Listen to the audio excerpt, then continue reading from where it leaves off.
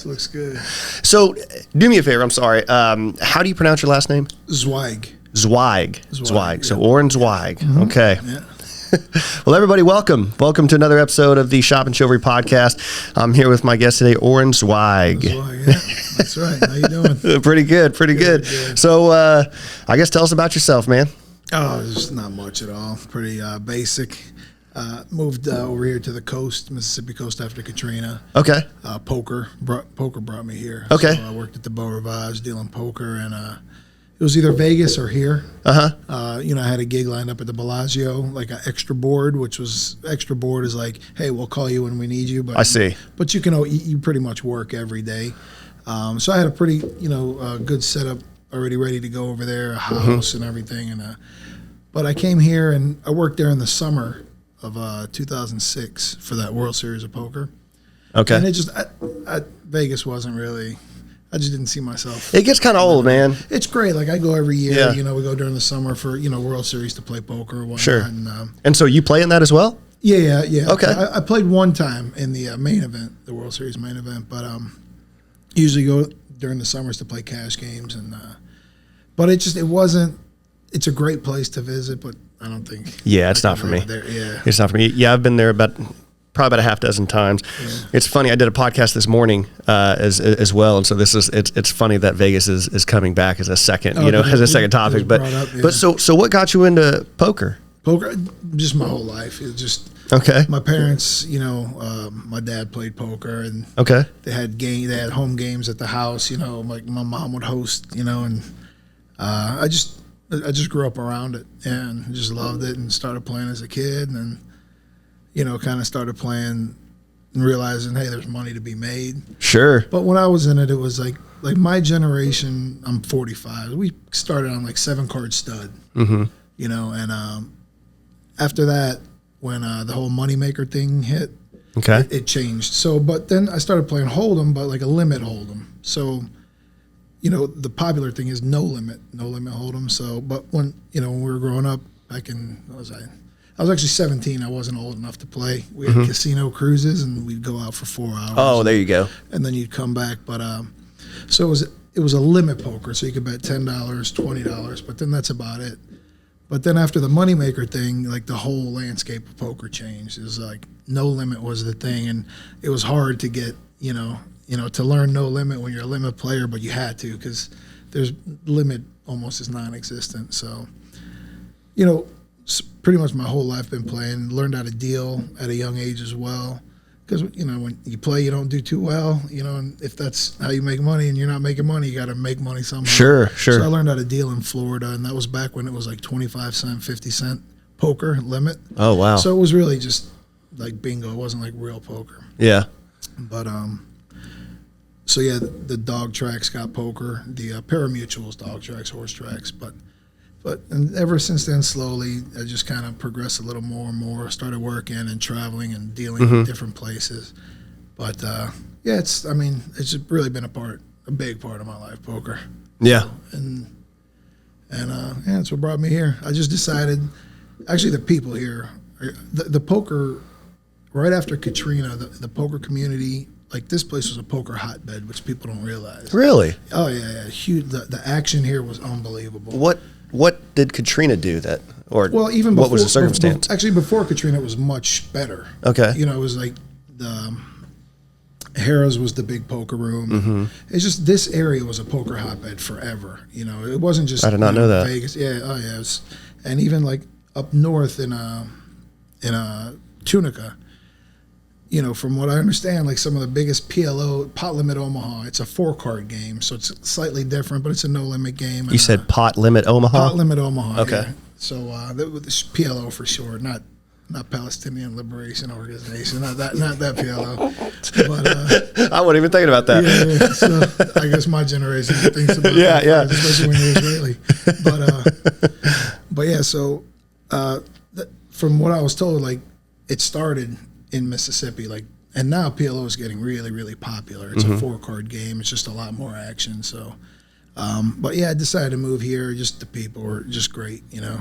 The poker was good. The people were great, It's just a great place. It's a great intersection of like hobby and interest and you can make people. money. If you take it seriously enough and you learn, and it's a grind. It's not. It's like a regular. Sure. That's actually probably a little more strenuous than a real job. Because, like I say, you can lose money. So if you go to work and you're working for free, or you're paying to go to work, you're not going to be happy. So that's an interesting way to look at it. It's if you do take it seriously and you consider it a job where you make income, there's no risk of me losing money at my job.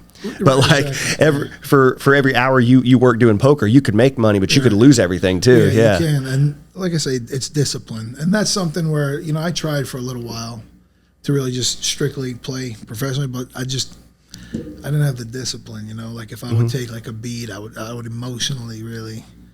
It's hard focus. not to. Well, yeah, but you got to be a machine, and there's a couple people who can. Very few people can just do that straight for a living. Is that the key to it? Is you got to be able to just kind of drop a loss off in history and never consider it again? Yeah, you can't. Like if you take a beat, like let's say you're 98% chance to win, and the guy's got one card to hit, and he hits it, and you just got to forget about it. You can't let that, because that's going to affect your play. Because now you're not playing with a clear head. Yeah. And that's one of the main things that really, for most people, it's hard to do. I mean, it's 52 cards, so the variables are, you got 52 variables, and obviously the way people play, but that's not the hard part, really. The percentages are easy. Anybody can figure out pot odds, percent. That's nothing, It's really, you're figuring out how the game is comprised, people's tendencies and whatnot. But, and again, that's, if you focus and you just how people play and their tendencies, it's just when you take a beat, then it's kind of hey, he's opened up now, so some people, you just start playing a little more reckless, and that's probably the main thing that most people can't get past to play professionally. Yeah. A lot of people say, oh yeah, I'm a professional, I play. Very few people can play professionally.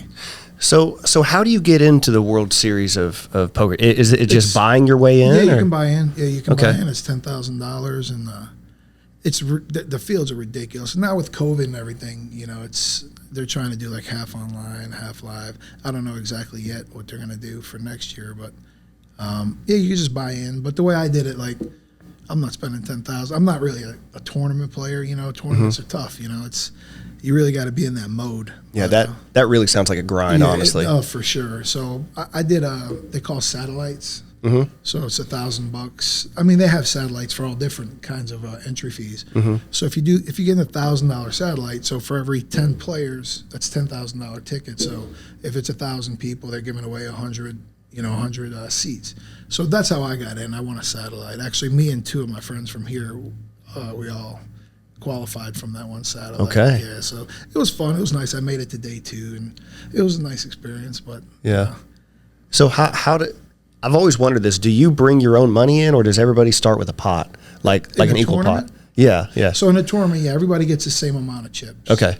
Some tournaments, like they do like a dealer add-on, so it's kind of like, it goes to the dealers, like for tips or whatnot. And, so you get a few extra chips, and they make it to where, you'd be an idiot not to do that. So pretty much everybody starts with the same starting stack. I guess it would have to be, because if you had the bankroll to kind of come in with more money than your risk potential is or your comfort with risk is much different, because you can lose a lot, because you're so far ahead of the mean of the field. And that's a strategy in cash games. The term is called money whipping. So it's people who, like in a PLO, the pot limit Omaha, there's a lot more variance because there's more cards involved. So there's a lot more hands that somebody can have, and then when people actually have a lot of money, and they can, so you're going to get it in usually in pot limit Omaha like in a 60-40 advantage, because you're never going to have like a monstrous advantage, especially like pre-flop. Yeah, like a pair of aces pre-flop and hold'em is huge. Sure, but it's not even close to as big in PLO, because you got 4 cards and then the flop. So there's just so many more hands that can be made. So people with money, so it's like, they say, oh, well, yeah, he can money whip you. So they're playing, they're playing really aggressive. And so they lose one hand. That's okay. They just buy and cover you again. And then all they got to do is hit one of the 40%. That's right. And then they can bust you. So Yeah. that's actually a really, that's how a lot of people play PLO, where it's a really good advantage when you have a much bigger bankroll and you can play at a game that's probably below your means. You have a much more, and people think, oh, wow, that guy's great. Well, and also I would suspect that your marginal like overall win is much lower than say. Oops. Did I break your? That's all right. It's all right. We're good. Here, do me a favor. You can. Here, I'll take care of it. You want me to put it here? Yeah. Will that work? Yeah, I just fixed your shit right here. Oh, that's even better. Yeah. So, so the design of this table, these were originally supposed to go in here, but they're kind of too close. So I was going to put them back, but I got to re-drill that hole there. But in any case, yeah, good. They can still see my face. Oh yeah, That's very important. Yeah. Single, enjoy long walks on the beach, Scorpio. Hell yeah. We'll do it like this. We'll figure it out. Yeah, you're good. All right, but again, we're just got to kind of keep that. Yeah, that'll work. I mean, you can talk across it, like that. Yeah. So yeah, that's perfect right there. What do they call that? Certain mics where you can only talk from the front. Yeah, it's a difference between a condenser mic and a dynamic microphone. Dynamic. And so I think the dynamic ones you can kind of talk around it. Yeah. That's my wife's parents did. So they opened for Foghat. Oh yeah. Back in the day, yeah, they were pretty big around the Gulf Coast. And the only way I know Foghat is from Guitar Hero. There you go. Yeah, I mean I knew the song, but I didn't. Look, I don't think Guitar Hero gets enough credit for how many young people got to experience like old songs in the '80s. So, but even in the '70s, like Mississippi Queen. Yeah. Was that Foghat? No. Foghat would have been Foghat. I think is the '70s. Yeah. So the '70s or early '80s, but I'm leaning towards the '70s. Yeah, for sure the '70s. So that's cool. Yeah, but anyway, that's his mic, and so he nice. It's more, that's a dynamic one, if I'm not mistaken, and so it does better for people that aren't used to being around a mic. It's more receptive. This one's a specific podcast mic, and so I'm more thinking about the discipline of this. What's that? I got the piece of shit, and you got the good one. No, that's actually the better one. No, that one's like 3 times as expensive as this one. That's a Shure brand. Yeah, that's the bigger Shure. I got Shure. Yeah, I did karaoke at my. There you go. Place. Yeah, so Shure mics are like top of the line. Expensive. Yeah, for sure. Yeah. But yeah. So what were we talking about? Oh, like poker. Yeah. Poker's boring. Though, I guess. I mean, it's nice. It's fun. Yeah. Well, when you're good at it. I mean, it's kind of like anything, right? If you're really talented at something, I mean, it's just more interesting. Yeah, and now it's tough, because there's so much information out there, where people are good. Mm-hmm. Like when I used to play, you had people that they play ABC poker, and it was just so easy to just read them. You know how they play, and sure, they just play ABC, and then you get a little creative. So you play, and then. And that was like in the limit game. You just almost know what, like they're playing with their hand face up because you know how they play. Oh wow, Some people are easier to read too. Yeah, there's gives and stuff. Yeah, so tells. There you go. Gives. But so now there's so many good players. It's really hard, But now PLO just is becoming more popular, and in Houston it's just blowing up, and you got people that are just there gambling, And it's more fun for like the non-pro. Yeah. Because it is like a 60-40 game. So, if they got you, non-pros with a lot of money, I mean, they have just as much chance. I mean, they have a much better chance to like not, just lose all the time than they do in Hold'em. So, yeah. So it's not, PLO is nice. Like it's a 4-card game where you must use 2 from your hand. Mm-hmm. And so it's more fun. It's more volatile for pros too. A lot of pros are like, fuck that game. I lost a my buddy, I was talking to him. I'm like, yo, how's the action? How's the action going there? And he's a pro, and he's like, well, I mean, I'll lose 15,000 in one day, and I'll win 20 for the week. So he's like, that's the kind of action that's here. Yeah, exactly. And so that's what I was talking about. Like with the marginal wins must be much lower than say like regular Texas Hold'em. I would think. Well, yeah. I mean, when you say low, no, you can score big. Like PLO it's just so much more action. So when you're winning, you can actually win a lot more, but you can lose a lot more. You know what I mean? So, but it's a much more fun game. It's you know, for the last like 12 years they've been saying, you know, PLO is the game of the future, and it's starting to get there, you know. So more and more people are starting to play Hold'em less. Yeah. But you know, it's fun. It's fun, you know, camaraderie, you know, you meet new people. Like you'll see like a heart surgeon or a lawyer or like a judge, you know, and they're nervous at a table, you know. It's like, and then you're the boss, like like regardless, they're in your world. Yeah, they're in your world, you know. And it's interesting. Like you'll play with people and they'll be like, "Hey, you know that guy's a doctor." I'm like, "Really? That guy's a doctor?" Because he's playing like a moron. He's a fucking doctor. Like, how is that possible? Like, he's such an idiot. Yeah. And then like, it's just that's the cool dynamic of poker. Yeah. Know? And but then they get to learn. You know, it's fun. Yeah. But yeah, that's what brought me here. Okay, and where were you prior? So you spent some time in Tampa, and then were you in Vegas prior to that, No, or South Florida? South Florida. So I was raised in South Florida. Okay, gotcha. I was raised in South Florida. You know, did the parimutuel thing, the dog track. You know, punch tickets at dog tracks. You know, and it was nice. And then did they stop dog racing in Florida? You know, I haven't been back there in a while, but I know they were changing the laws to where you don't need to have races in order to have poker. And, so I don't believe they did. Okay. I'm pretty sure they still have it, but I'm not 100% sure. It's been a while. But I know like the Indian reservations have poker, and then that's where I played out there. Yeah. Tampa. Yep. Yeah, Tampa's beautiful. I love Tampa. That Hard Rock is gorgeous. Did you play in the new room? Well, I should clarify. I didn't play poker. I played and stuff. Yeah, I played blackjack, and I'll tell you, my game is roulette. But yeah.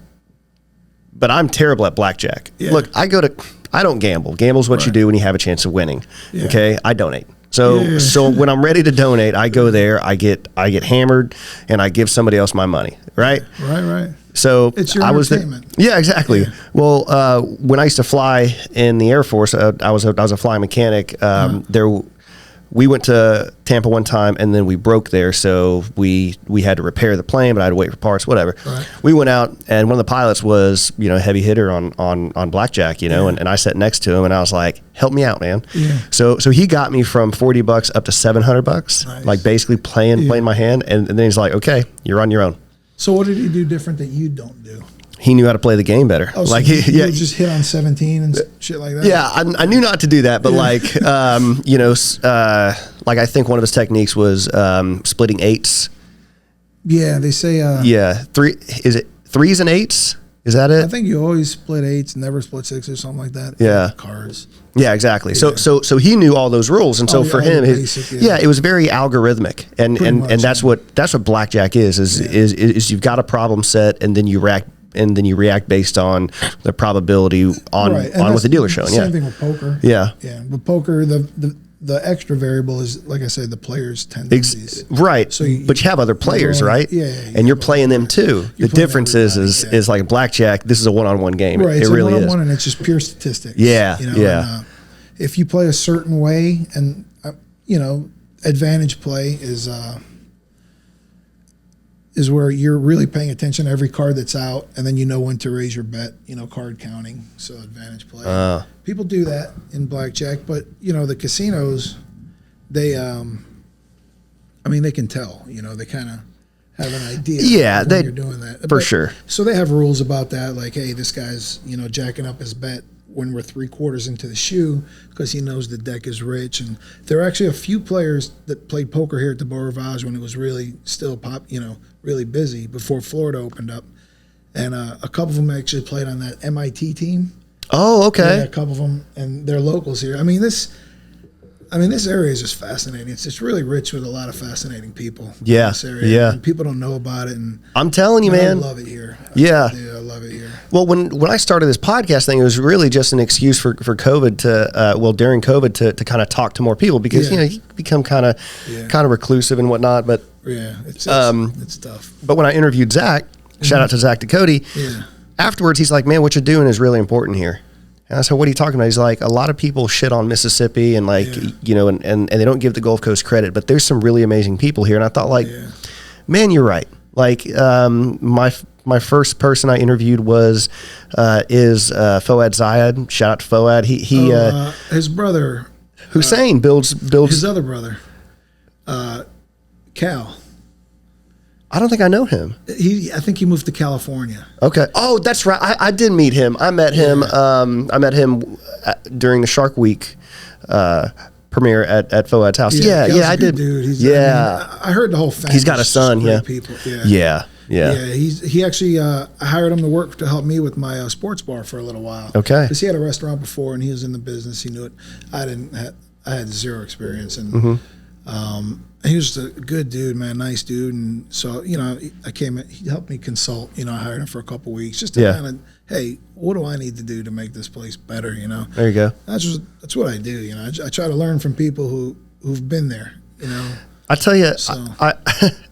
Two people I really want to interview are their parents. Yeah, because it's supposed to be a really big, and heart surgeon. But how can you? What is it that you're doing to where your kids can get success as well, because they grew up, what people would describe as privileged, and yet they're the most outgoing, hardworking people. Well, personable, very.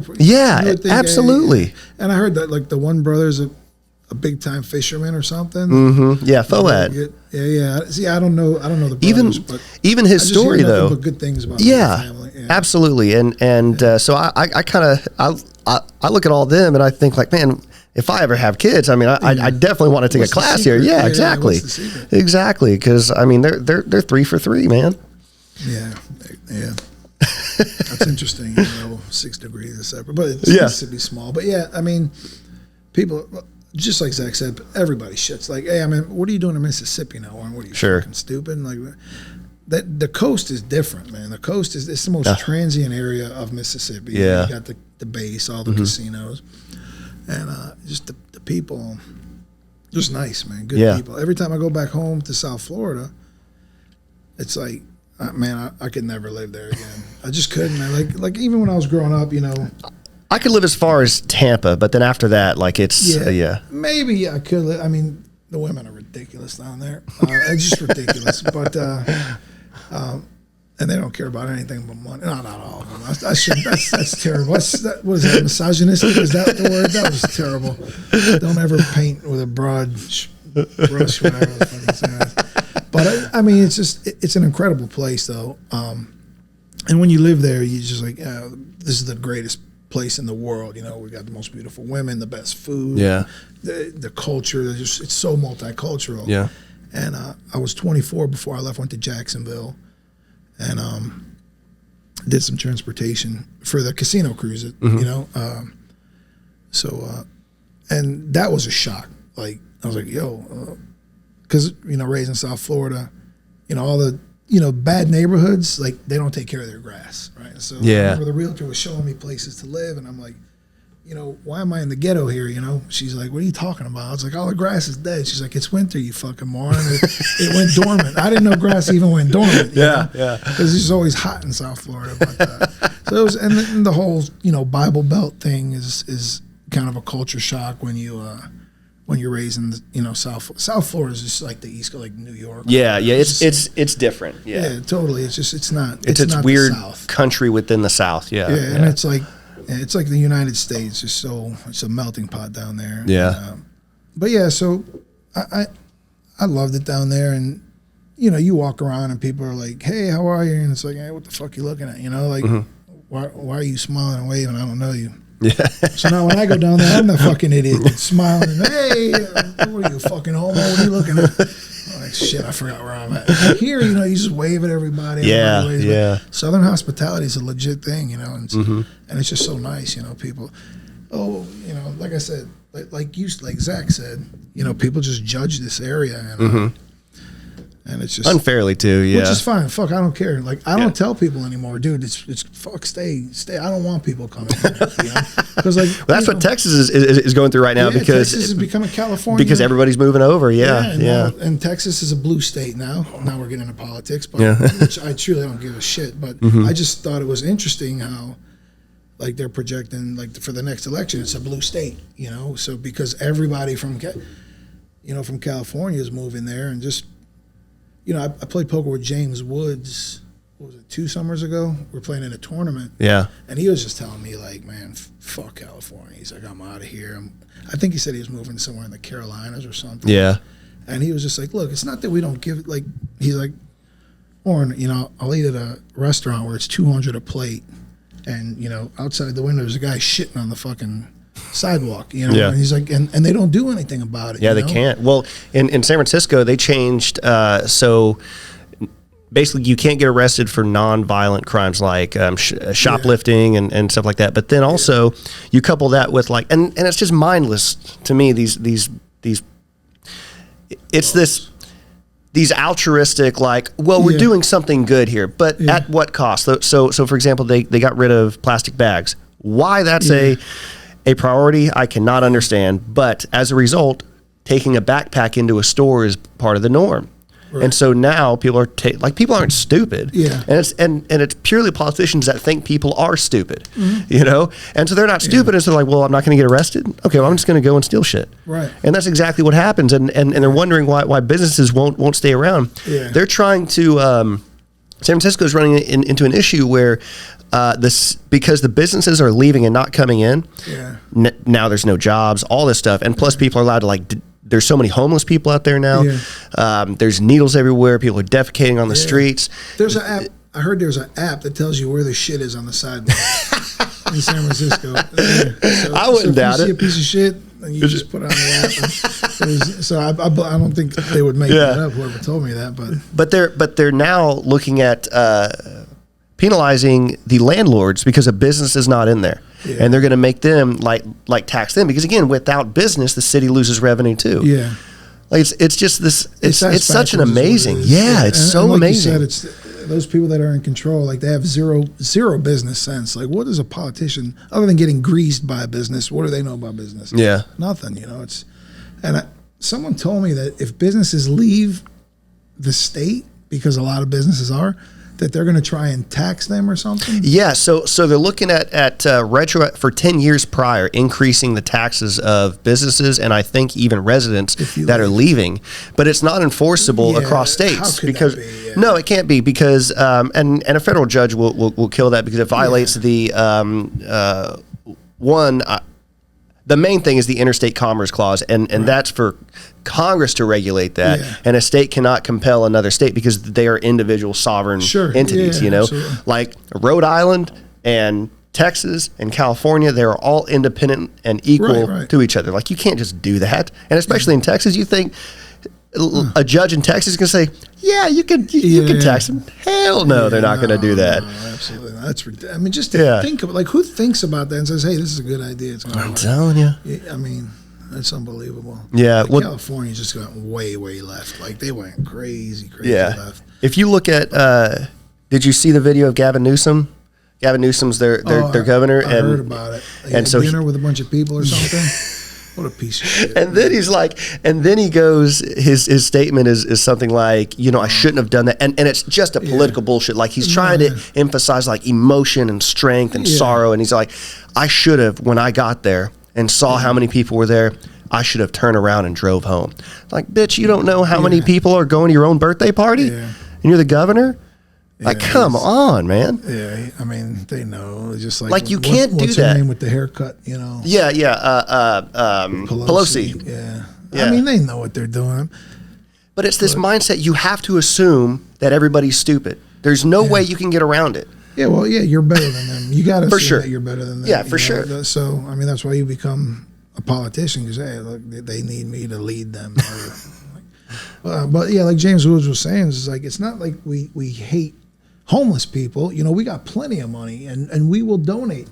He's like, he was talking about like these warehouse districts where they're all out of business. You know, there's nothing going on. He's like, me, Oprah, whoever, we can all put money in. We could buy these places and give them a place to stay. We don't mind. We don't hate homeless. It's just the way that everything's going down. It's like, he's like, it's become just unlivable, he said. So I don't know if he moved yet or what, but, you know, like they want to help, and homelessness, it's not really, it's more of a mental thing for a lot of them. You know what I mean? It's not, just pure laziness or just drugs. It's a lot of them, it's like a mental, It's a mental issue, especially with the veterans. Yeah. So it's I've got this idea that eventually state-run psychiatric hospitals are going to make a return, and they went away mostly because in the middle 20th century they were experimenting on them.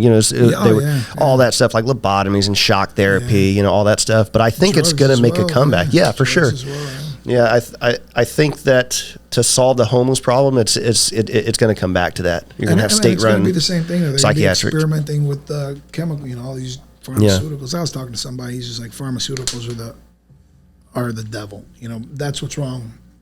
How so? Especially with the United States, like the FDA, like all these things that are approved by the FDA here. There's like hundreds of things that are approved here that in Europe you can't put it in food, but here you can. Mm-hmm. And it all boils down to like the pharmaceutical, the chemical companies, what they're putting in drinks, like the diet sodas and all this stuff and the FDA is just allowing it. And man, I wish I could really remember what he said, but it was fascinating. It was there's stuff it like boils down to those are and everything is derived from the chemical, like 3M and whatnot, like all these things. DuPont, like probably. Roundup, it's... Mm-hmm. Yeah, that's a big one. Let's make billions and give people cancer, kill them, and pay back millions. Hey, it's a good deal, if you're a businessman with no conscience. Part of me wonders, though, and like, I kind of wish we could view history in the context of the times. Like, I wouldn't put it past him, but to me, it seems that something like that, they probably looked at... They obviously didn't think it through, but they may not have known that they needed to. Does that make sense? Like, no, well, yeah, it's like the oil companies. Mm-hmm. So like, the way that they're getting oil, and if they're not doing it the right way, then they're getting a fine per barrel. So they're fining them like, whatever, $100 per barrel, but they're making, or whatever the fine is. Yeah, they're making money hand over fist, regardless. So they're calculating it. And there's even companies that calculate like a death rate. Like, hey, well, if this many people die, they figure out what they're going to owe, and it's worth it. It's the price of business. It's not their family that's doing it, but they got number crunchers for everything. Do you know where the class action lawsuit came from? No. So Ford had, I think it was, what was the car that used to explode? The little small one. Yeah. The Geo Metro. No, it was like Pinto, maybe. Pinto. No, what was it? The Pinto. Yeah, it was the Pinto. Yeah. It was the Pinto. So basically, these cars started exploding, right? The gas tanks. Yeah, exactly. So Ford was getting all these lawsuits, but what Ford was doing was they were just carrying it out in litigation until the person died, and then it goes away. Yeah, that's right. And so what they did was they started combining these lawsuits into major lawsuits, and then going after the companies, which increased the weight of the lawsuit itself, and so it got gravity, and so they had to confront it, and so it's totally possible that people are doing that. They got number crunch. Because they made a calculated decision to say we're not going to address this because they'll die. And then we won't, and then we can avoid it. And we won't have to address it. It's fascinating, man. Really, just the way that the businesses are, and how politics have become, and just the media. It's just crazy how, the internet. When it came out, I was, what was I?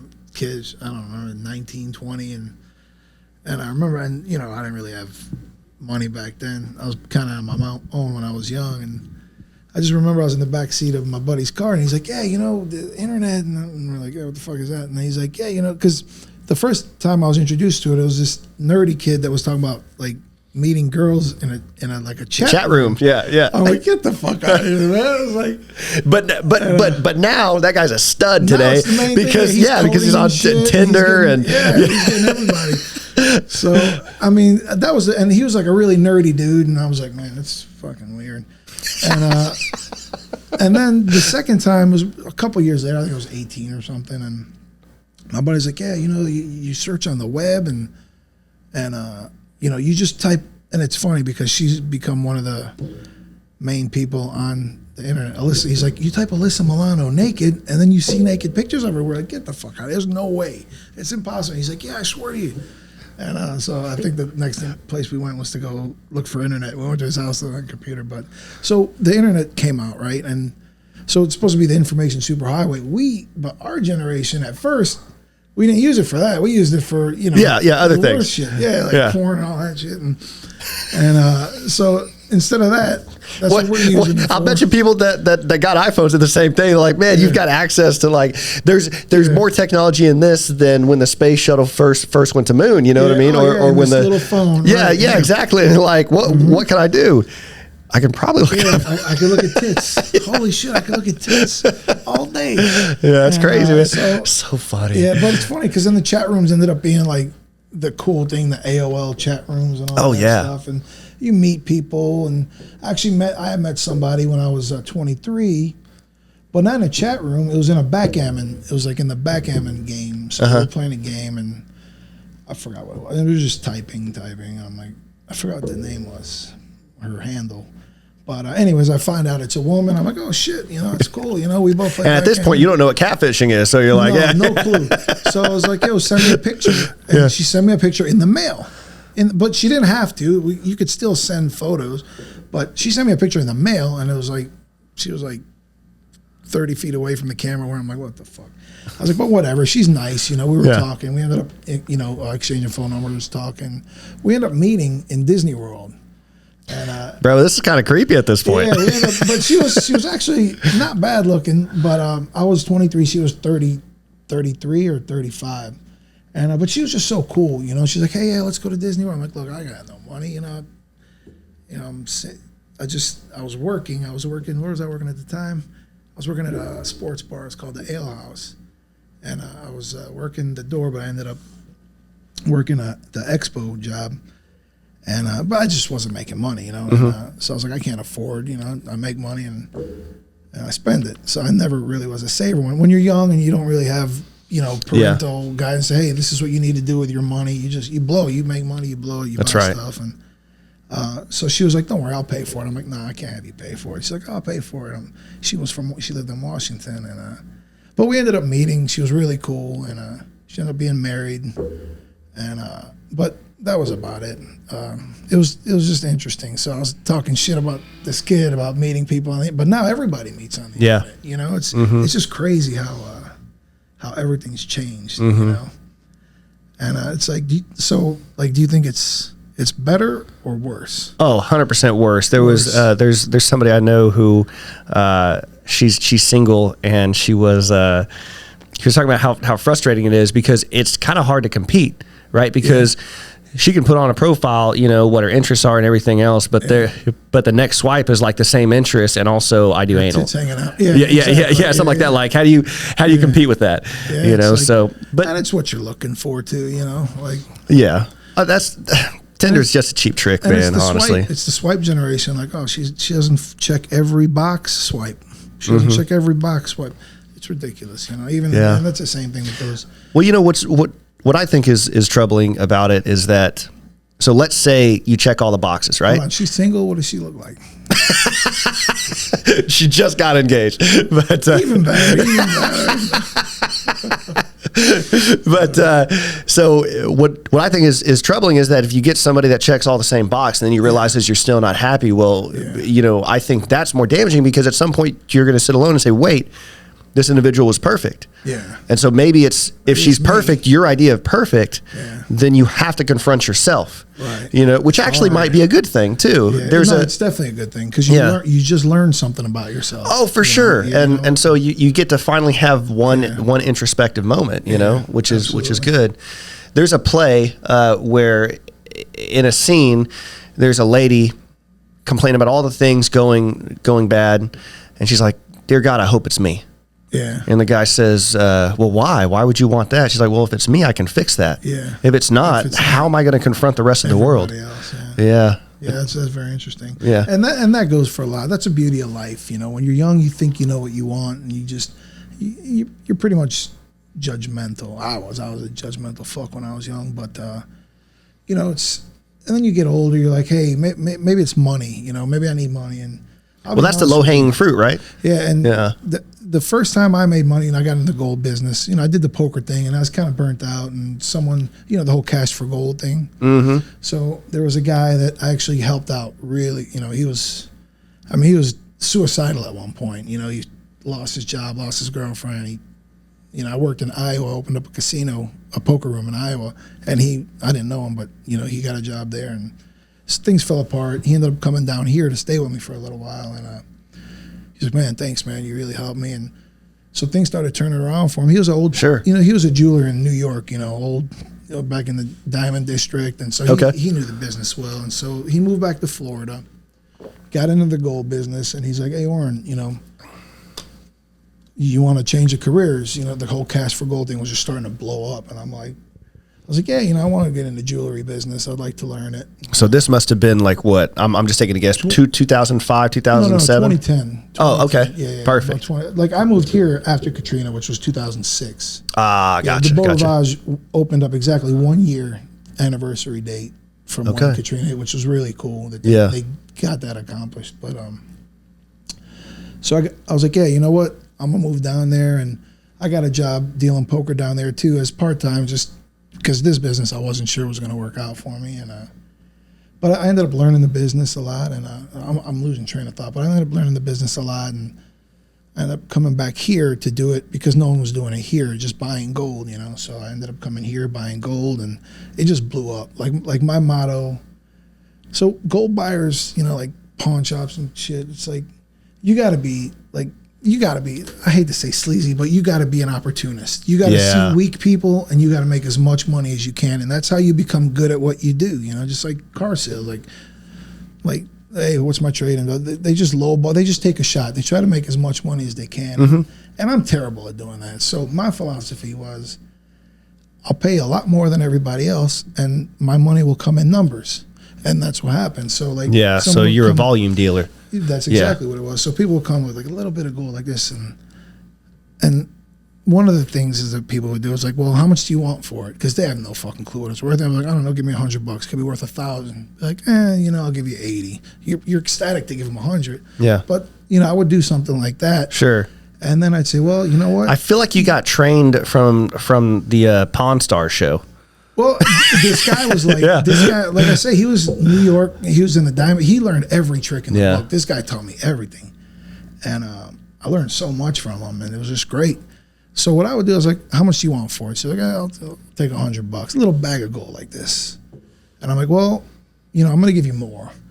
Okay, I'll give you $350. Like I could have given her $150. She would have been ecstatic. But you know what? If it's worth, you know, I'd give about 60% of the value of what it's worth. Because, you know, I got stores, businesses, payroll, so you got to make money. Yeah, you got overhead. And 50% is, you know, decent, but some places were just trying to lowball as much as they can, which, you know, that's the business. But you got to be, you know, what I tell people is like, just don't go to one guy, go to more than one person. I even tell other people, go shop it around. You know, whatever you get, I'll pay you more. No one pays what I pay. They just don't want to. They don't have to. Yeah. So, like I'll tell this lady here, I'm giving you $350. She's like, what? Like, what? People would cry, you know, because they couldn't believe how much money they were getting from me. And so they would tell their friends and their friends and their friends. So I went from one store to 2 stores, 3 stores. I ended up having 6 stores here. I partnered with another store in Houston, which became a nightmare. But, and so I was making money, like from, you know, a kid that was kind of pretty much on his own from when he was 16 to like making real money for the first time in my life. Like it was coming in. And it's funny because it took me about a year to even just like dig into the money. I just put it away because, you know, I don't want to spend it. I don't want to be broke again. You know? Well, it's often more fun to make money than it is to spend it, I think. Yeah. Well, making money because it's like a challenge. Yeah, you know? exactly. So, spending money, it's tough. But so, you know, the point is like about learning about yourself is that, you know, I make this money and I got money and, you know, I bought a nice car for the first time. And what'd you buy? The Infinity, the big Infinity. I think it was the QX80. Yeah, the big one. And I was going to get a Escalade because my whole life I want an Escalade. You know, I was like, fuck, I'm getting an Escalade when I get money. Because you see the NFL players. I remember when the Escalade first came out, I always loved Cadillacs and I always loved SUVs. So when that came out, I was like, holy shit. They made that just for me. You know, that's my car. So I actually test drove the Escalade and I test drove the Infinity. And the Escalade was a little more, but the Infinity was just a much better vehicle. I loved it. I was like, man, I'm not getting an Escalade. But so, you know, I got money. I could do whatever I want. I could go wherever I want. But for the first time in my life, like I was like fuck, man, like you're lonely. Like this money doesn't mean shit. You know, like the people that this car attracts, they don't know me. They don't give a shit about me. You know, it's like they see a nice car, they see money, they see opportunity. You know, so actually for the first time in my life, I actually dealt with a little bit of depression, which I thought was bullshit. Like I never thought depression was a real thing. I'm like, man, you're just in a rut. You know, get the fuck out of it. Yeah. But you know, I had this money, and it's just, you know, you're in Vegas, and you're just like I was at the stayed at the Aria, and so one of the Aria Sky Suites, and they gave me a Sky Suite for 30 days. So I didn't wipe my ass for 30 days. They got these toilet seats with these bidets. You just push a button, and they just got it. Fucking great. I've got them in my house. Oh my god, it's phenomenal. I'm telling you, man. And so all this bullshit about this toilet paper crisis during COVID. Yeah, oh man, I'm laughing, man. Yeah, that's what, I'm telling you, I was like for 30 days, and it's unbelievable. It's got a little computer here, and then you can adjust the power. So I started like I did a number 5, and I swear it almost ripped my ass wide open. So I was like, holy shit. Yeah. And then I started, but after the 30 days, you go too high. My way up to a number 3. You go too high, and I think you start to question your own sexuality. Yeah, it feels good. God damn. But it had a fan. It dried your ass off with the fan. Okay, I don't have that one. Oh no, this thing was ridiculous. It was a computer oscillating. I'm like, oh shit. What? You can move it forward, get a little your balls, get your balls tickled. It was phenomenal. I think I was in the bathroom longer than I was at the poker table in Vegas. The Sky Suites is unbelievable. Yeah. But so you're in the Sky Suites, and you just look. You got whatever you want, but it's like at that time, I was doing the online dating thing a lot, and I met this one, woman, and we had a great time. But I had to go to Vegas the next day. We actually ended up, we met in Hattiesburg. She lived a little north, I lived a little south, and we just hit it off great. We ended up at a hotel. It was fucking great, and she said, "What about you want to meet up again?" I was like, "Yeah, I'm gonna be in Vegas for a month, maybe a little longer." And all of a sudden, you're in Vegas, and it's just like I don't know, like you got whatever you want, and I was thinking, I was like, yeah, maybe I'll fly her up. We had a really good time. We talked for a few weeks before, before we even met. And but regardless, I was alone, and you can go to hang out with friends and whatnot. But I was like, I got all this money, but something's missing. Like I'm not happy. So you realize money's not shit. I mean, it makes life a little easier, but mentally it doesn't fix everything. It's like if you're single and you're lonely and you're looking for somebody, and money's not going to fix that. Like if you're just not happy with yourself, money's not going to fix that. People just think money is something that will fix everything, but like you see these rich people, and they're killing themselves, or they're or just like they're getting in trouble. Like, what are you, stupid? You're rich, why are you stealing stuff? It's like there's so much more to money, to life than money, And now it's when I started a new business, and there's not a lot of money in it, but I like it. It's fun, and it's purposeful. It's full of purpose. That's what it is. It's all about fulfillment and purpose. And what's your business? So I opened up like a bagel shop, sandwich shop. And okay, now I'm really confused. Okay, because you say you're Israeli, right? And you worked in the diamond business, and then also you own a sandwich shop. And I could have never thought that you would end up there. Yeah, well, a buddy of mine was like, dude, like when I opened my sports bar, it's like a bagel shop. So bagels and gold, like the most Jewy, It's like, hey, is he Jewish? I don't know. He's got a bagel shop and working in the gold business. So you tell me. But a buddy of mine's like, yo, you went from because I was telling him about like, man, chicken wings are expensive now. It's cost this much a pound. He's like, dude, what the fuck? You went from weighing gold to weighing chicken wings. I'm like, yeah, no, fuck. But I just like to do things, Yeah. So the sports bar, I had the business. I had the building, rented it out. These people went out of business, and I was just like, every guy wants their own sports bar. It's a cool thing. As you're growing up, you're like, yeah, I'd love to have one. And so I was like, let's do it. I put money in the building was quote unquote cursed. Everything in there went out of business, but I put a lot of money into it. I made it nice, like the nicest TVs, built a huge deck out back, and just made it nice. And I got murdered the first 8 months. It's my first restaurant. Didn't know much, and just lost a lot of money. I kind of when the ale house opened, they had not opened yet. So I learned a lot of how they opened. But they're a chain with like unlimited funds, They fed the whole staff, and that's what I did. I spent like $10,000 just in food to feed my staff, so they can see how it's made and they know what it tastes like, so they can tell people. Like I want it to be legit, top notch. So, and sure enough, like half the staff leaves after for a couple months, and the other half didn't pay attention to anything. So it's like you just throw away money. It's like fuck, man. Like, this didn't go the way I expected it. Like my service was the worst. Like when I first opened, I had a bar manager, and she just hired all hot little girls and shit and tights and this and that. I'm like, whatever, I don't give a shit. Because one thing I don't do is, mix business and pleasure. But the service was fucking terrible. Like, I don't know. It was just, then towards the end, I started, all right, no more young girls who just, kind of coast on looks and shit and don't really care because these guys are going to tip them anyways. But when the family comes and they think it's the same, they didn't get good service. Not to say that if you're pretty that you're a terrible server. Yeah. But, I see what you're saying.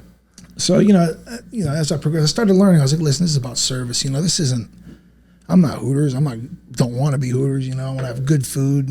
Like I started with a chef, and so we had a pretty extensive menu, and so I learned a lot from that. But I gotta say, I think starting a new business is easier than repairing one.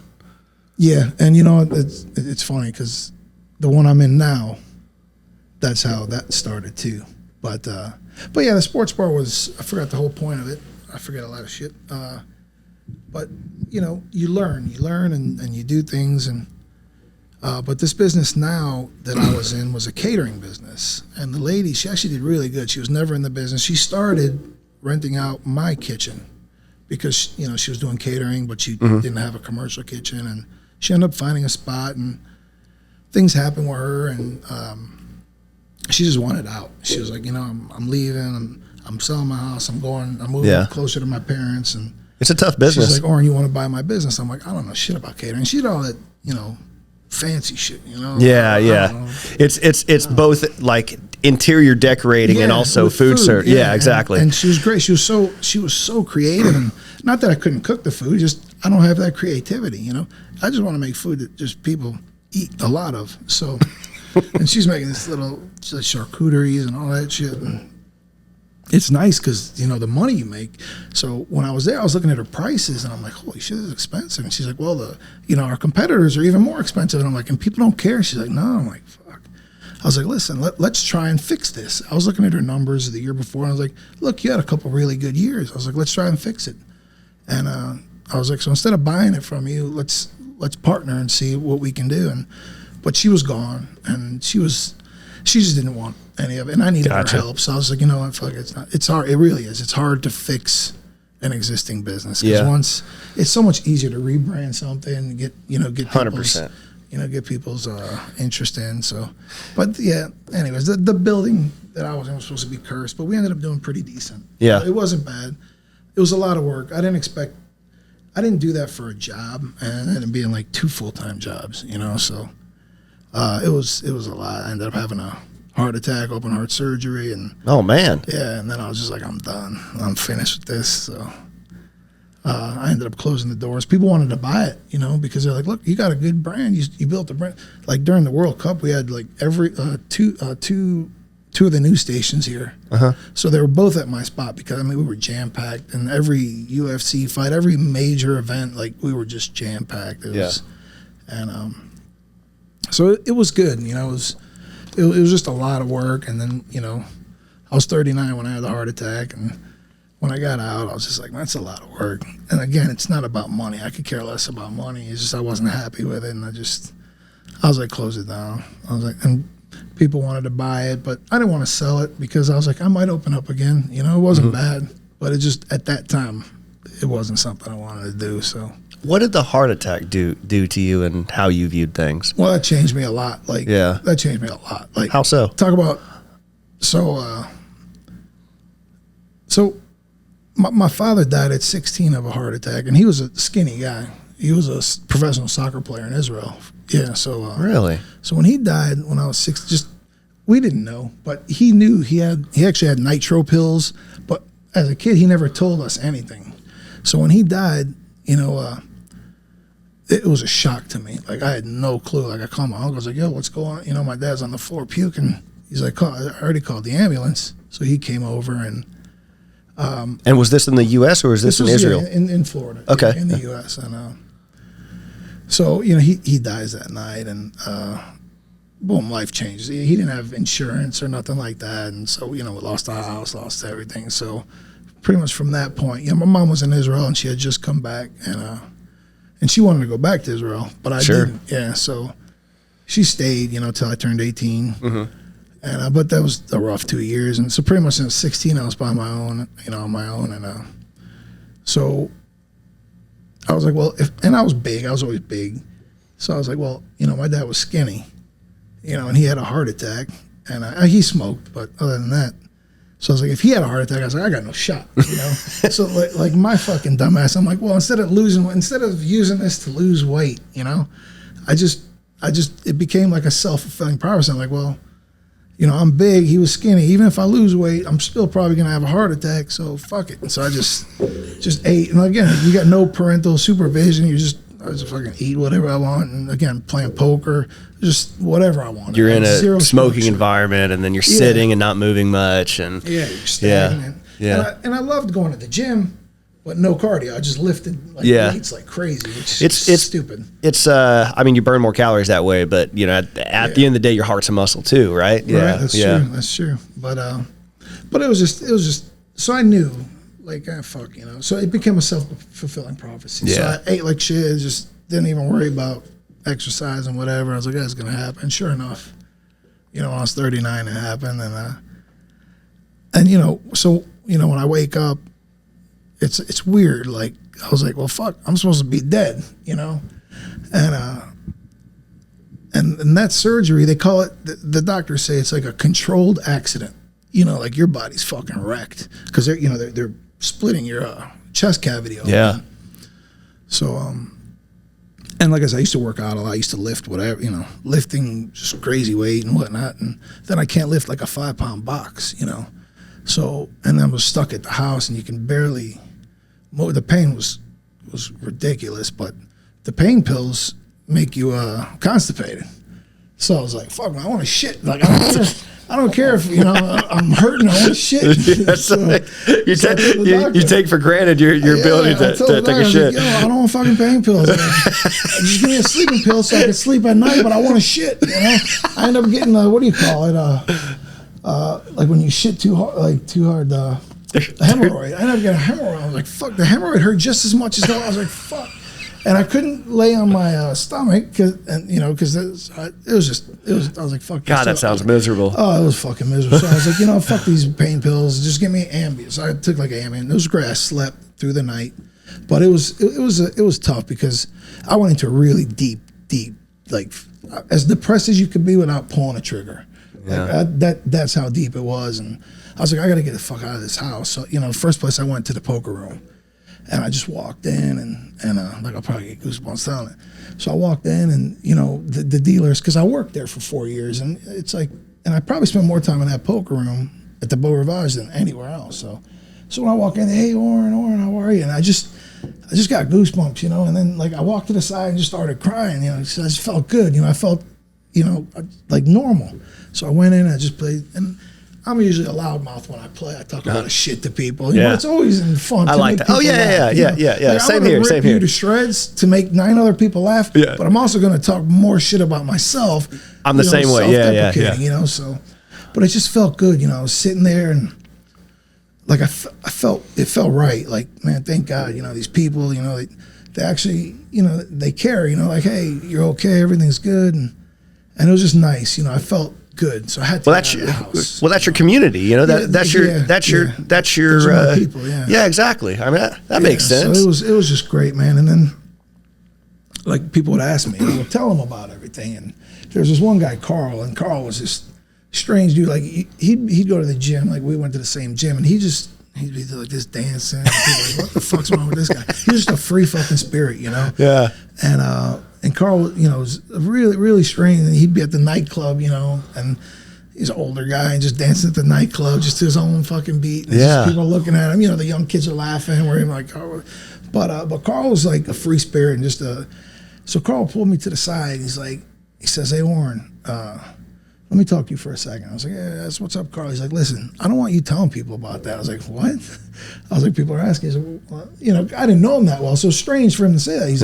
He's like, "Listen, don't talk about that, and don't talk about your surgery. Don't talk about that shit." I was like, "Why?" He's like, "Because you're reliving that trauma every time, and that's not good for you." And I was like, "Yeah, but people are asking. I don't want to be rude." And so I thought about it. I'm like, you know, Carl's kind of fucking right. You know, you keep talking about, you know, the heart attack, and I mean, I believe in energy. You know, I believe in that. Like, I'm not really religious. You know, I was raised Jewish and religious, but you know, I believe in energy. There's just too many religions for me to say, hey, mine is right. You know what I mean? So, but you know, energies. I mean, we have electrodes in our body, right? So. That's energy. You know, we have electricity. Energy never dies, it passes on. That's my philosophy, you know. So, and Carl was kind of like a freak. I was like, man, this guy's fucking right. I was thinking about it. And, you know, if you talk about negative things, your mind is reliving it. Yeah, that's true. That's true. Yeah. So I'm like, hey, you know, the guy made sense. So you learn from people that you don't think, that you're laughing at one second. And it's like, oh, these guys, you know, they get it. You know, people get it. So. But yeah, you know, I started doing the poker and I just felt good. I felt better. You know, it was still terrible, but that's when depression really, like, I figured about it. And you know, the doctor, he prescribed me pills, and you know, I started taking the pills. I'm like, nah, fuck this. I just don't like pills. You know, I'm diabetic. You know, I'm diabetic, heart disease, and I just, you know, when you're diabetic, your kidneys go. So, and what do pills do? Pills work your kidney hard. So I'm just like, kidneys if I could just kind of eat right, I can get my sugar down. So I'd rather not take pills. So I didn't want to do the depression shit. And it's tough, you know, ever since that surgery, it's actually something that you deal with all the time, you know, and it's, but it's, you know, you get by, you get through. And, but during that time was like bad. Like, like I remember I was at Sam's Club and, you know, I asked this kid to, you know, pick up the box for me because I couldn't pick it up. And I just, at that point, I was like, Jesus, man, like, what the fuck's wrong with me? And it's tough. You know, you go from being always at the gym, one of the strongest people around, always doing whatever you want, and then you can't pick up, like, a Tide box. It's like shit. And, but, you know, you recover. You move on. So, but it sounds like you don't give yourself an opportunity to feel pity for yourself. Well, I mean, I don't know. It's tough. Like, I mean, how old are you? 31. 31. Okay, I'm 45. So it's kind of like the same. But you know, when we're growing up as a guy, you don't want to show weakness too. You know, it's tough. You know, it's like it's just.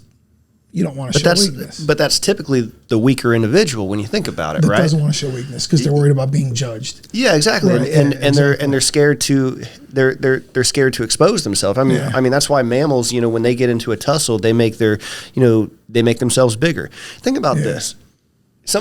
A kid that's been blind their whole life, or somebody that's been blind their entire life from birth. In the Special Olympics or whatever, if they win a race, what do? Same thing. How do they know to do that?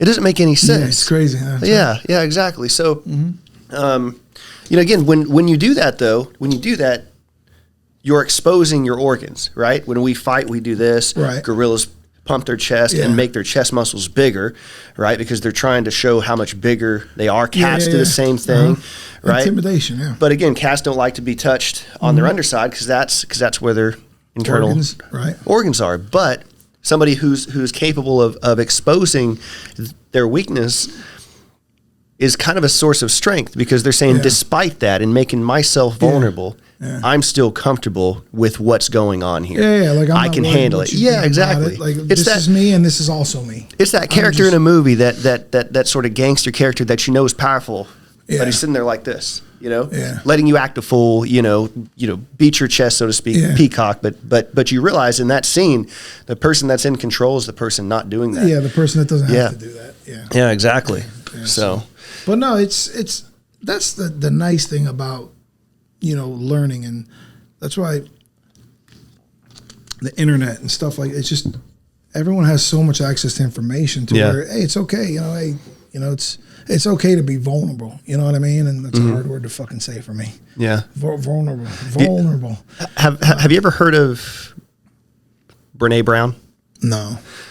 I'm not well read. No. Fair enough. If you get some time, she's got a video on YouTube. It's pretty comical, but I think is a therapist, and she talks about vulnerability and every woman psychologist that I've ever met. It's a fucking nut job. I swear, I'm telling you right now. If you can, well, she's fantastic, but yeah, I want to hear. But like, I'm telling you, ask any one of her ex-boyfriends or whatever, it's fucking lunatic. It's like to another level. I'm telling you, it's crazy. My wife would love to hear you say that. No, not at all, not at all. But she knows a couple, and she would probably echo that. Nuts, man. Like, just like crazy nuts. Why is that? Well, because I think they become psychologists because they want to figure out why they're fucking nuts, and so that's the major. I'm kind of weird about little crumbs. You're good. Yeah, but, I didn't get all of it out, but yeah, that's just sawdust. So, don't worry about it. Yeah, they're just like crazy. Just like you're a psychologist. Why are you acting like this in a relationship? Like, and yeah, I don't know. There's just something that I've seen in my experience. Like they're fucking crazy. But anyways. So what was it? Brene Brown? Brene Brown. Brene? Yeah. B-R-E-N-E. Okay. Brene Brown. But yeah. Tell me that after because I'm going to forget. Yeah, fair enough. But yeah, it's like, there's a great quote. One of my favorite quotes is, what was it quote? I think it was a Jordan quote. Like no one, like when you're the man, that everybody, looks up to, no one ever asks if you're okay. Yeah. You know what I mean? So it's just such a great quote. And I kind of felt it because, I've never owned businesses or anything like that until, I just got lucky with this gold business and it went well. And then I just started other business because I like to create things. And, it's funny because one of my young employees, 19 years old, she even said that like about a year ago. She goes, you like to make, you like to create businesses, but you don't like to stick around, and she's kind of right, You should get into the security system business because that's a very common a problem with the security business is that like with ADT and Brinks dominating everything is that as technology's progressed, it's made the barrier to entry into that industry so low. And so you can buy everything you need at a really low cost. And when you're buying it from China, you can scale it. And you can, because you don't have the infrastructure that these larger companies do, because it takes harder for them to adjust to technology because they're so big. But somebody small can pivot really quickly. And so they start buying up market share, right? Because they end up underselling their competitor. Product, and so they're sort of doing this thing where they're creating value in the business, but they have no long-term strategy to keep it. But they just want to take the money away and take the market share away. And so what ends up happening is these security companies have to buy these smaller security companies to recapture those old clients. Exactly. So it's a common thing. For that's more like of a financial kind of like money doesn't motivate me at all anymore. So just to build like a little company to sell it, like I don't know, like I could care less about security. It doesn't excite me, Right. So like, but I'm saying just the idea if you're influenced building and going. Building and going. So that's what like I try to do. Like I said, like Big O's. When I had that, I had 3 people want to buy it from me. Hey, we want to buy Big O's. We want to buy the business. We'll lease out your building. And I'm like, man, no, I don't want you fucking up my brand. Because I really thought I was going to get back into it. So, but I probably should have just sold it, but you don't think about that. I just thought if I get back in and, we did our fresh ground burger. I had a burger blend that that one day we just took all day, just all kinds of beef, pork, all kinds of different beefs, and just made a blend till me, my brother, and one of my chefs loved it. We were like, okay, this is it. So this is the blend, So, and that was beautiful to create something from scratch. Yeah. I was at home. I wasn't like top 10 burgers, and it's like a 50-50 bacon burger and this burger. So I called my chef. I was like, yo, meet me at the restaurant in 3 hours. I said, we're doing our own fucking burger. And so I went to the store, bought all kinds of brisket, I even had Wagyu come in. I had all different brisket, Wagyu, like filet, strip, ribeye, just everything. So we just did all kinds of blends, bacon, just regular pork, everything. And we finally got a blend that was just delicious, and it felt good. You know, I was like, fuck. And when people, what's the blend? Just got it's Chuck brisket and Chuck brisket and bacon. I don't give a fuck. I'm not gonna do it again. And so, and it was just, and it's the ratios and all that. Yeah, it was Chuck brisket and bacon. It was fucking delicious, and people loved it. And so now I do another one where I'm at now. It's a totally different burger. But that's the same thing I'd say. What's that? No, that is totally, a different burger. This is a smash burger. It's fucking great. And people are like, oh, I think this is better than your old one, which is like, oh my fuck, man, I took so much time creating that old one. And this is just like it's still fresh ground. Everything's fresh ground. Yeah. You make a burger, but I forgot where we're going with this. But yeah, just creating things like that's what I like. Like I wanted a sports bar with really good food, high end food. So, you know, we had certified Angus steaks, and you know, a steakhouse would probably charge $60 for it, and I charge $30 for it. You know, it's just delicious. And but I just like to create something different. You know, I wanted a sports bar with really good food, like not like Hooters or Buffalo Wild Wings, and they're great, but I just wanted really like high end food. Yeah. So I ended up learning that, you know, you got to condense the menu, and we had a huge menu at first, but just creating something was nice. And so that's why I did what I'm doing now. So, you know, the catering business that I bought, I was like, you know, if we can make money, it'll be fun. But I was like, this isn't for me. And there were no bagel joints. And I love, you know, growing up, I loved bagels. And so I was like, let me learn how to make bagels. Never made a bagel a day in my fucking life. And I've always, like I said, I was like, man, these must be so hard to make. So I go on the internet, I'm looking at videos, looking at recipes, and just looking at all kinds of recipes and how people do things. So, you know, I find what's the common denominator in every recipe. So that's what you need, you know, to make. And everything else is people's own take. So I make my own, kind of did my own. And it took a while, you know. It took probably 4 months, you know, just started making them at home. And then I started taking it to the store and figuring it out. And I mean, it's such a delicious, like, it's so fucking good. Like, I'm like, how did I make, like, I'll sit in my car, I'll eat a bagel. I'm like, how the fuck did I make this? Like, I knew nothing about, and I don't really toot my horn a lot about stuff, but when you know your talent, you know your talent. But it was just so good, and I'm like, fuck, you know. So, you know, I made the bagels pretty much for myself because I wanted a bagel joint, and then, you know, this is a biscuit area. You know, we're in the South, people like biscuits, but it's actually, and real bagels, they're not used to it. So it's like, you know, you're biting and you actually got to pull your head back because it's chewy. You know, get that outer, you know, shell, or the outer, you know, the outer part is chewier, a little crispy. But so I make it, and people like start liking the bagels, and it's great. And it's like that's a great form of acceptance when people like your food. You know, that's there's something primal about it. Personally, because you're nourishing people too. You know what I mean? It's when people like your food, man, it feels so good. Like. When I like anytime I've led a team or led an organization or whatever, it was always at a minimum. One of the times that we got together, we had to eat together, and there was something, I believe, primal about that, about breaking bread with one another, sitting down and eating. You know, I think that's why those are such intense scenes in like mafia movies whenever they're sitting down and eating a big meal, a big family meal. Yeah, exactly. Or like a business meeting. When there's food there, it's just different. Yeah. You know, it I mean, something everyone's doing. You got to do it to live, and you do it together. So you're kind of living together. You know what I mean? Yeah. Like, it's a really nice feeling to do something like that. And plus, you're putting your energy into the food. It required you to make it and everything else. Like, it's not some cheap thing. Right, exactly. It's effort. Like the way I make mine, it's effort. You know, when I'm making bagels, it's not hard. You know, like, fuck, I learned it, and I never knew anything about it, and I figured it out. But it's just, you got to do the work. People don't want. It's a lot of work, and you know, I'm pretty sure that I'm the only one in this area that, like, you can't make bagels in one day. Like a real good bagel, like, you gotta let that flavor develop, the yeast develop, you know. And I'm almost positive I'm the only one in the area that actually takes the time to make it. And, you know, there's a couple other spots, and, you know, everyone has their own preference. So, and in food, there's no people, hey, what's the best this? Whatever you like is the best. You know, I can't say mine's the best. It's the best for me. Sure. I like it. It's a state of mind. But yeah, it's a preference. It's like, well, what's the best gumbo? fuck, do you like a darker roux? Do you like a thinner one? Do you like a thicker one? It's all in food. It's all preference. Like there's no such thing as the best anything. It's like fuck.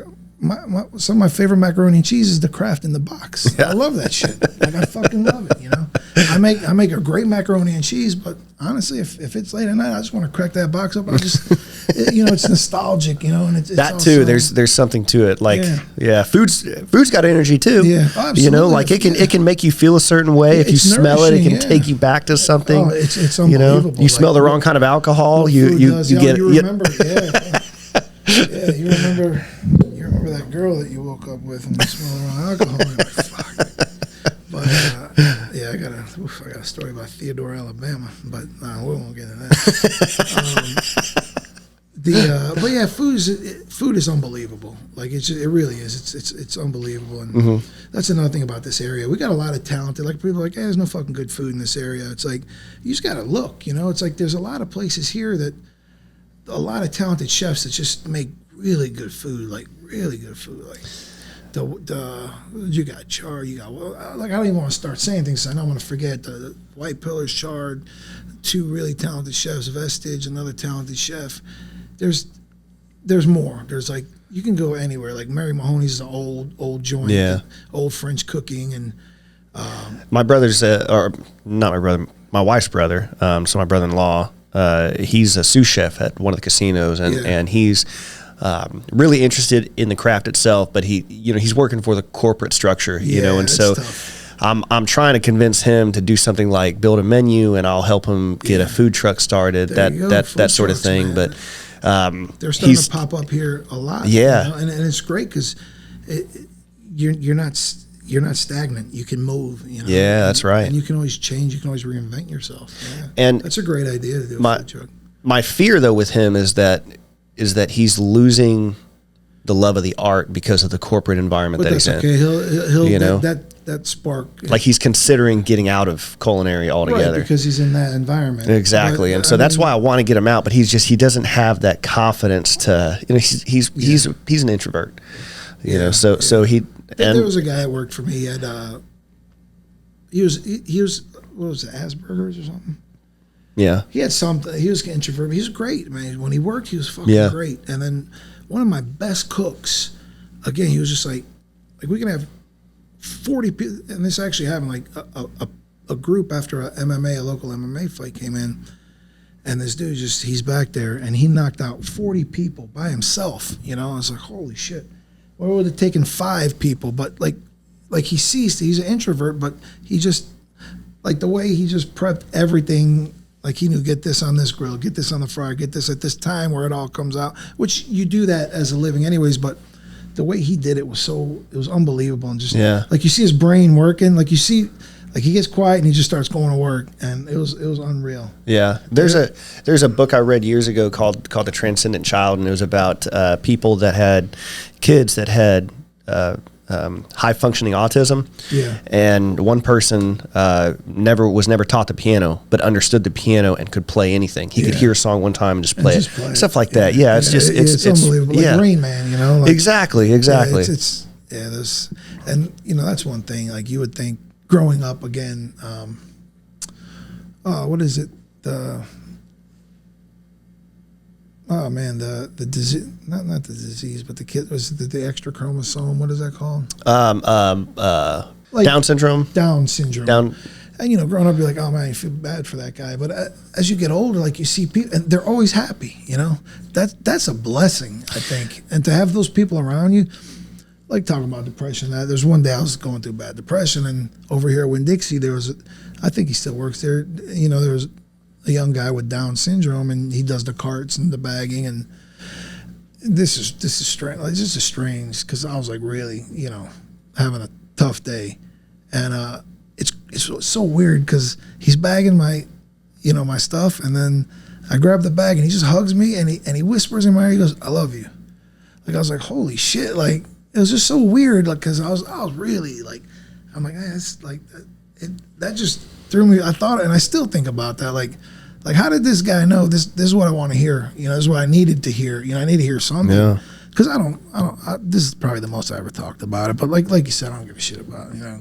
you just talk about it. There's nothing wrong with it. So it was just so strange. And then, like, I don't know, it was weird. And those people are blessed. Like, to have someone like that in your life, you know, that's a blessing. Those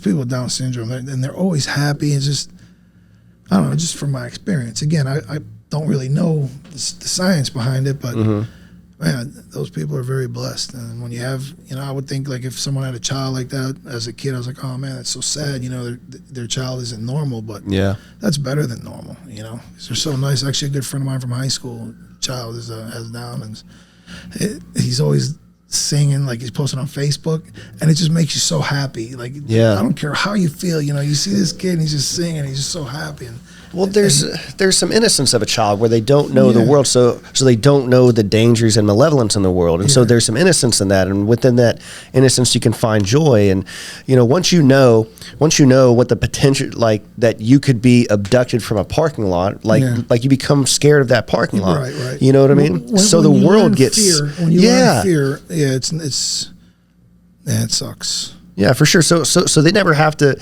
learn that, and there's beauty in that too, because they never have to see the world and confront the world as malevolent as we know that it can be. Yeah. You know, and that's something inspirational, and that's what kids provide us. And so when you see an adult with Down syndrome who are likely in a childlike state, it reminds you of the sort of innocence and purity in that, because you can only see the world through, like, a perspective of positivity, and that's something that I think we all yearn for, because we've lost it, because we've had to. You know, and that's what kids bring us. It's it's just great. I do. This building's actually a cheer gym. Okay. And so I got back into tumbling. Zach used to tumble too, like the flips and stuff. We both did it in high school. Somebody, Zach was he's a good little athlete, man. Yeah. I had a basketball goal at my sports bar. Okay. Outside, you'd shoot and, you know, post videos him swinging the basket. He's got a swing. Great baseball like, swing. Holy shit, this kid's, you know, he knows his shit. But like, I'm out here trying to do things I used to do, like, a while ago, but I've got a block in my head on something I'm trying to relearn to do, because of the fear of injury. Like, I've literally got a block about it. I've got all the power, I've got all the speed, everything I need, but I won't throw it because I'm scared of the injury. Meanwhile, 12 feet away, there's an 8-year-old doing the same thing and more, because there's no fear of that. You know what I mean? It's kind of like skateboarding. Like, when you skateboard as a kid and then you just don't do it for a while, and then as an adult, you're like, fuck, I can't do this anymore. It's weird. It's strange. It's like, I mean, I guess you lose a little bit of balance, but you're more scared of, like you said, like, fuck, I got to go to work. If I break my arm, I can't work. And then you start mind fucking yourself. Well, that's you're not gonna actually commit to it, and you are gonna fuck yourself up. That's why people like your friend, I think Carl, the free spirit. Yeah.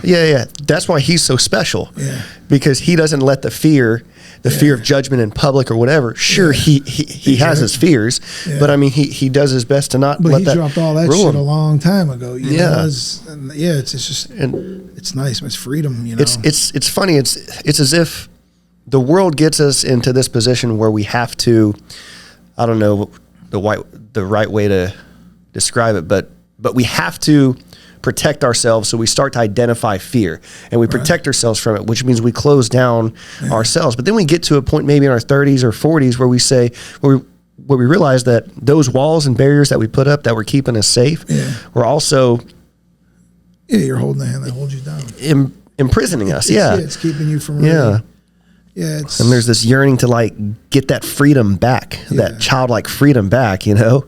Well, to love the world again. When you're young, you figure that there's a blueprint in life. Okay, after high school, 4 years, which for me was more than that. But and then you got to go to college, and you graduate college, and then you get a job. So when you're a kid, that's another thing. All these student loans, it's terrible. Yeah. But so, you know, you're taught this blueprint that, hey, this is a successful life. But then as you get older, it's like, fuck, man, like, none of that matters. It's like, it doesn't matter what college. Sure, a lot of colleges hold more value than others. Some educations. Yeah, there's definitely some more, like, prestigious. Yeah. They know how to do it a little better. Right. Sure. And it definitely holds weight. But for the most part, like, if you go to a community college, just learn how to communicate with people, learn how to deal with people, and to me, that's the most important thing about college. You know, not what subject you're learning. And I mean, I got I don't know how many credits I got, but I got no degree. I got enough credits for maybe 1.5, but I just never, I'd go to community college for a little bit here, a little bit there, but I realized it's not for me, So, I just started working, just working, delivering furniture for a company, and then doing the food, being the doorman, and then being the expediter, and then kind of getting back into delivery, and then doing my own delivery thing, buying a delivery truck from the Salvation Army when they had a auction, and then started my own delivery service. I had a little piece of shit delivery truck, but I got the contract from the place that I was working for. So they were like, look, get your own truck and, just work, we'll pay you $10.99 and you kind of do your own thing. And then I started doing moving here and there. And that was my first business that I started, it was cool. It was fulfilling doing your own thing. I was 23, 24. And, just, that's what I like. Your mind's got this, as long as the outcome is income, kind of perspective at least when you were younger, and then when I was younger, it was all about making how do I make money? How do I make money? I want to do something. I want to do my own thing, because that was success. Success was making money, having a good business, and that's one thing my dad taught me too. He's like, look, anybody can have, he did a lot of his, the last business when he died was taxi cabs. He had a partner in a taxi cab company. But those have been hit hard by things like Uber and Lyft. Oh yeah, but this was years. Yeah. It was Diamond Cab, and so when I was young, that was my motive, because my dad had businesses, and that was my motivator. Like, I want to be a businessman, but like he said, anyone can make money in business, but you got to make money the right way. Don't fuck people over. Be a good businessman. Anyone can make money in business, especially if you fuck people over, but not many do it the right way, to where you still have your integrity. It's very at the end of the day. Yeah, for sure. Yeah. So, but yeah, when I was younger, that was my thing. Got to make money, got to do something. I'm gonna be rich somehow. But like I said, I never became rich. But I was very comfortable with the gold. And then I realized, what? That's not my money's not my motivator. Creating things is fun. Creating things that people enjoy is fun. Yeah. Where I'm at now, I'm in Ocean Springs. It's called Little Market Deli and Bagelry, and it's not a money maker. It's not going to make a ton of money, but the community is so, they receive the business so well, and they're just, it's just nice being a part of a community, to where normally I'm not that I'm introverted. Like, if I'm with people, like, I'll talk to anybody and just joke, make anybody laugh, and but I'm okay also not going anywhere, just being to myself. So being a part of the community is nice, like, people like your food, and it's just, Ocean Springs is a really small town, and from the outside, a lot of people are like, Ocean Springs, blah blah blah. But again, that's their own, like, a bunch of rich, stuck up people and blah blah. But again, that's their own perception. That's how they feel about themselves, like, as if you think someone's better than you because they have money. But it's not like that, man. Everybody's so nice. I mean, just it's such a great community, and it's something I want to do for a long. I mean, I want to do something more, but like, I'm really happy with how this is turning out. We're going on a third year now, and it's just nice just to be a part of a community where people like what you're doing, and it's a very fulfilling thing.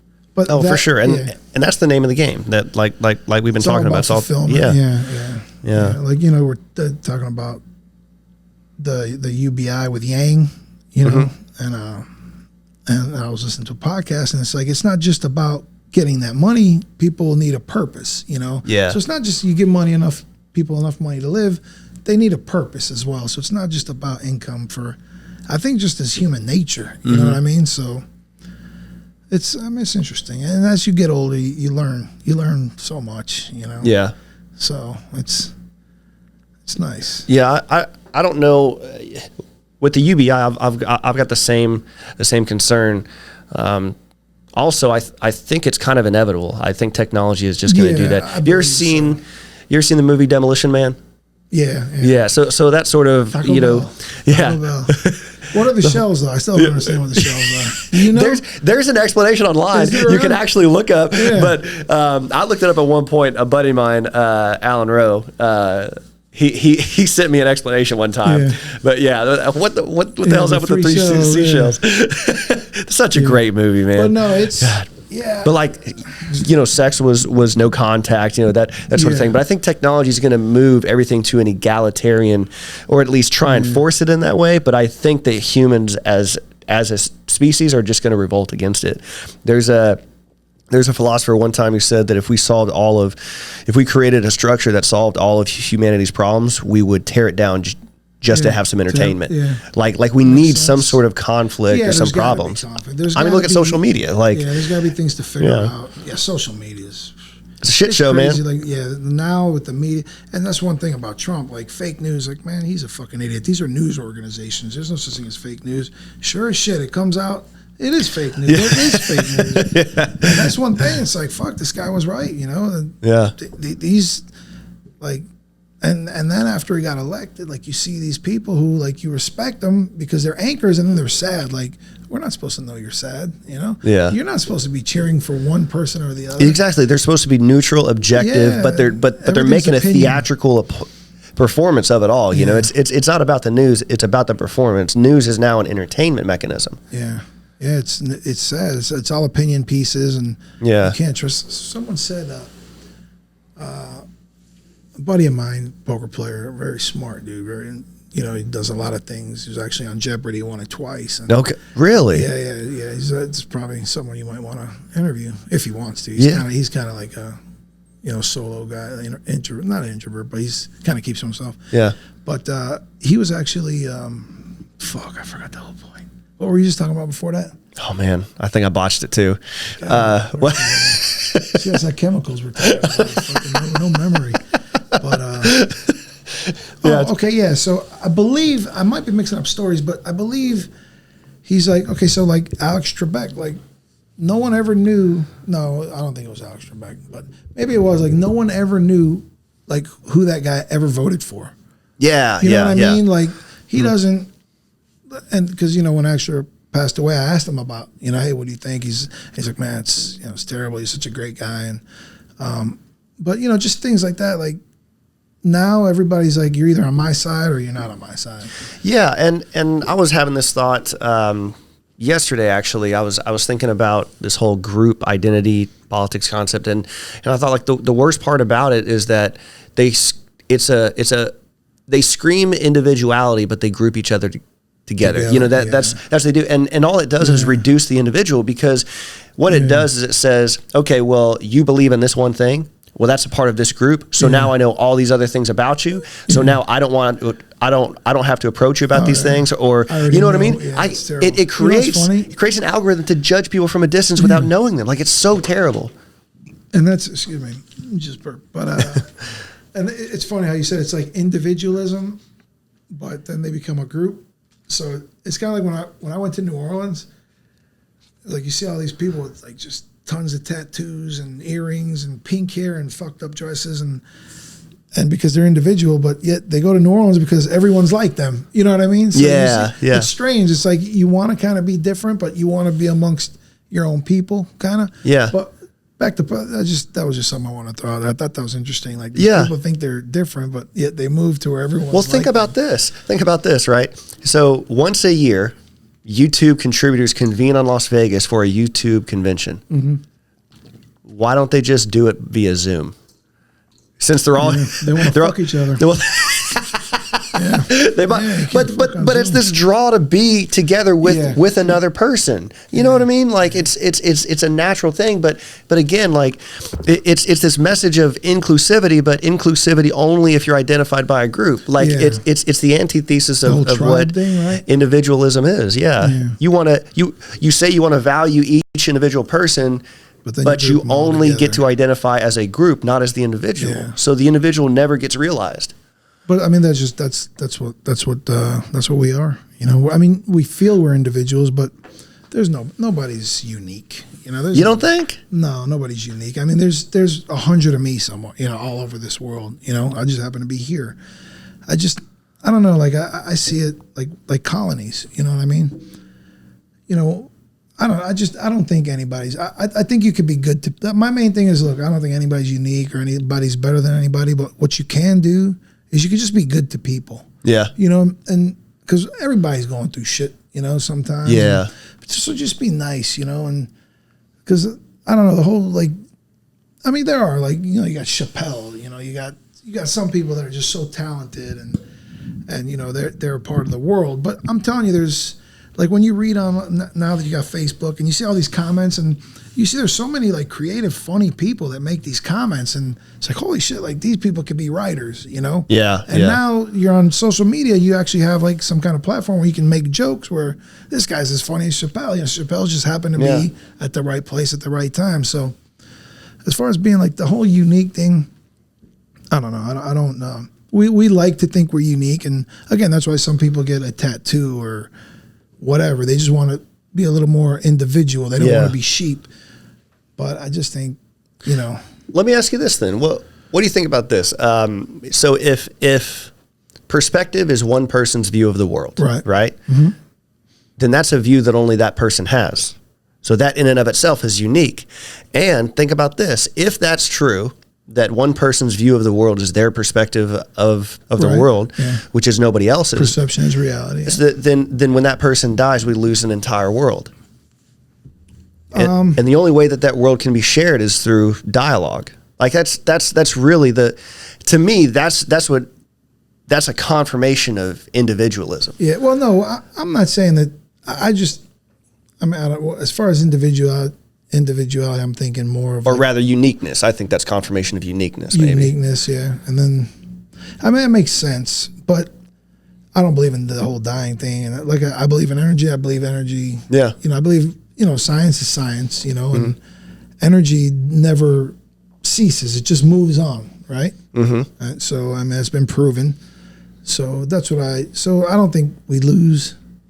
I think maybe it moved on something to where maybe. Well, it's transferred. I mean, you look at energy transfers. It never dies. Yeah. You look at so I think it's the University of Tennessee, but they have a open air decomposition study site. Okay. So they take cadavers, they set them out there, and that's how we learned about, like, how to date a body that's been dead because of the size of the maggots and whatnot. But those bodies, I think you can see them from, like, Google Earth and stuff because it is open air, and you know the bugs get at them, and you know so all your body, it decomposes, it becomes part of the earth. Like there's truth to what you're saying, 100%. So I mean more on a spiritual. Even that too. I mean, I'm kind of agnostic, you know, in a way towards that. I'd say I can't confirm or deny, and each one is as possible as the other. Yeah, you know, I'm pretty much agnostic as well. But you know, again, individuality probably in your own circles for sure, 100%. But I mean, in the grand scheme of things, like, you know, there's so many of us. You know, there's so many people. Like in India, just the population. Oh yeah, it's ridiculous. Again. Don't worry about it. I feel like a rapper. Just rip that shit off of me. But there's just so many human beings. So for me to think that I'm special, maybe I'm special in this little area because I make the best bagels and shit. But I mean, they make them in New York. I like where your head's at. You know? So fuck. But yeah, I guess individuality and uniqueness in I guess your own little tribe or whatever you want to call it, your own little world, you know. But in the grand scheme of things, I don't know. I feel like we're more. I'm not even high too, and I'm getting fucking. But I feel like it's more like of a colony type thing where we're all, I don't know, we're all just doing what we have to do to just keep the cycle going. You know what I mean? So it's just, hey, you're here, you live, and that's why, regardless, whatever you do, if you can be nice to people, then, you know, you make it easier for everybody. Yeah. You know? So that's for me is like, and now if you see me in the kitchen, like, you're like, yo, that guy's a fucking asshole, man. Like, wow. But that's just, you know, I get under pressure, and I want everything to be great for the customers. And you know, if I got employees kind of lacking a little bit, and you know, it's just I've become a micro. I understood I'm a micromanager from my first restaurant, which is fucking terrible.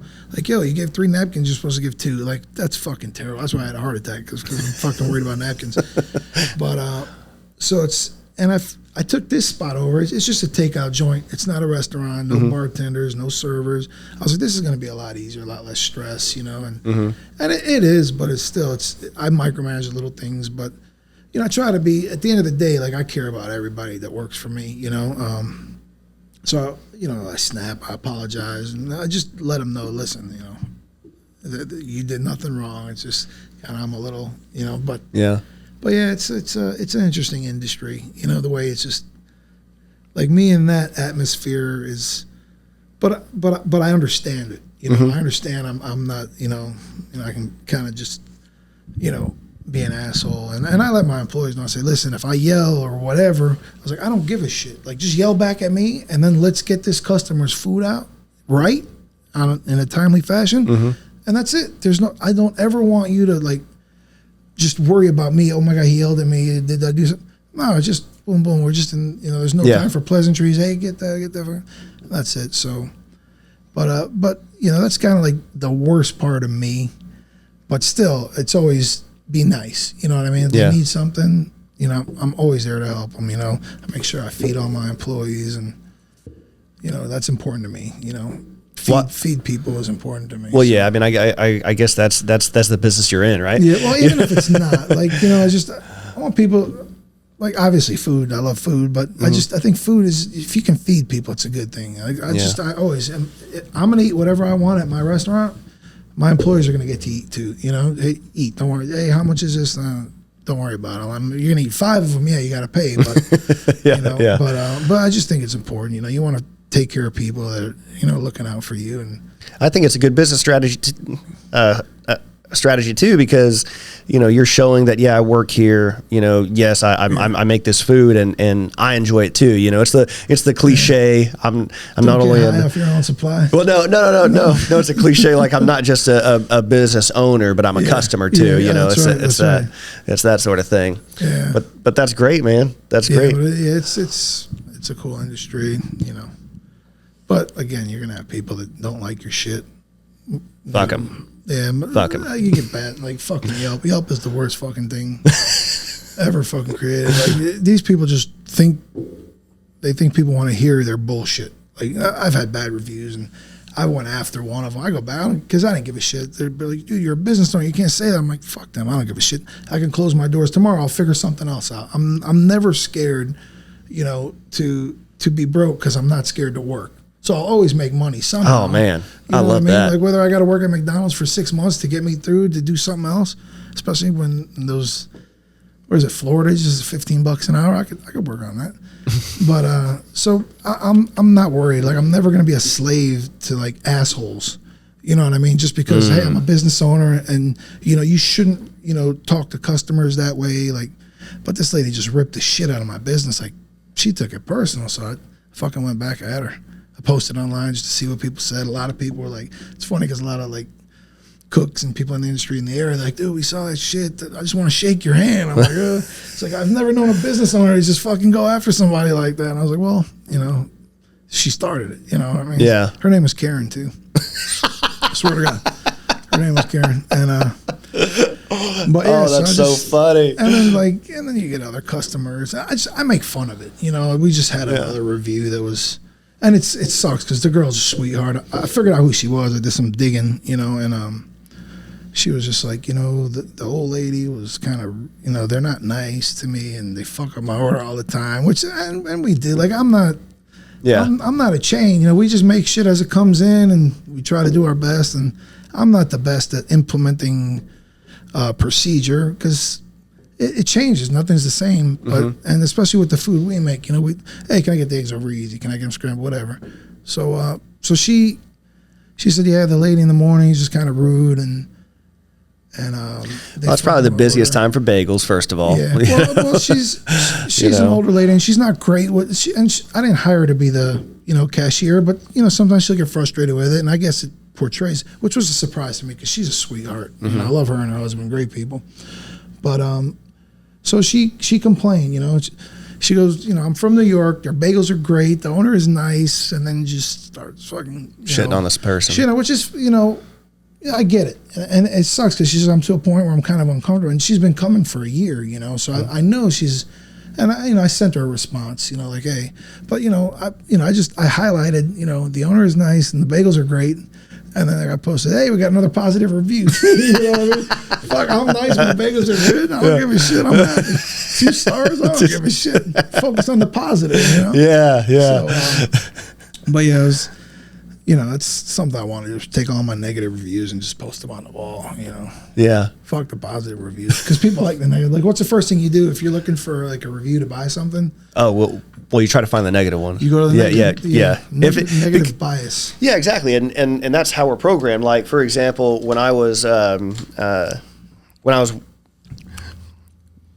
bank manager, I asked another manager, I said, do you thank your tellers for balancing every day? You know, balancing their drawer with what's on the computer. And he goes, no, it's part of their job. And I was like, well, what happens if they don't balance? This is when I first got started.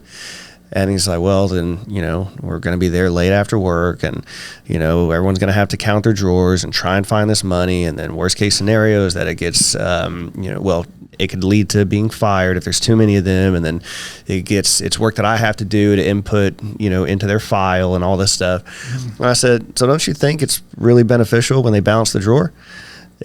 And he looked at me and was like, so maybe you should thank them once in a while when they balance the drawer, because they could also not balance the drawer. Yeah. You know what I mean? And inevitably it's going to be on a day when you have something planned, you got to get out of there, right? Because pretty much, because that's Murphy's Law. But, you know, we're so geared towards, if it's positive and it works, I don't have to deal with it. Yeah. You only have to react to the negative stuff. Yeah. But you should be reacting to the positive stuff equally. Yeah. And that's what, honestly, and like I say, I'm not a great manager. Like the girl says, like, you know, the 19-year-old girl, she's like, you know, you're not a good manager, but you like to create things, not manage. I'm like, you're 100% right. Yeah. Which is pretty, you know, intuitive for a 19-year-old girl. I would say that, so. You know? Yeah.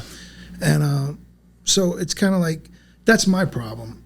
They can do like 20 great things, and then they do one thing bad. I'm like, look, we got to fix this shit. What is this? Well, what about all this shit we did? I'm like, yeah, it's great. You know, I pay you. You know, so, but you know, but I know, you know, I understand that about myself, which is good to know, because most people don't want to realize that, hey, man, that's not cool. You know, that's not the way, you know, that's not how people want to be treated. You know, people want to be appreciated. That's the main thing about work. You can make great money, you know. If you're money motivated, it's all about money, but they want to be appreciated, you know. But I always make sure that, you know, I'm always texting them, hey, man, great job today, or because I know it was kind of rough. And I let them know, I was like, look, this is how I am. I'm sorry. I wish I wasn't.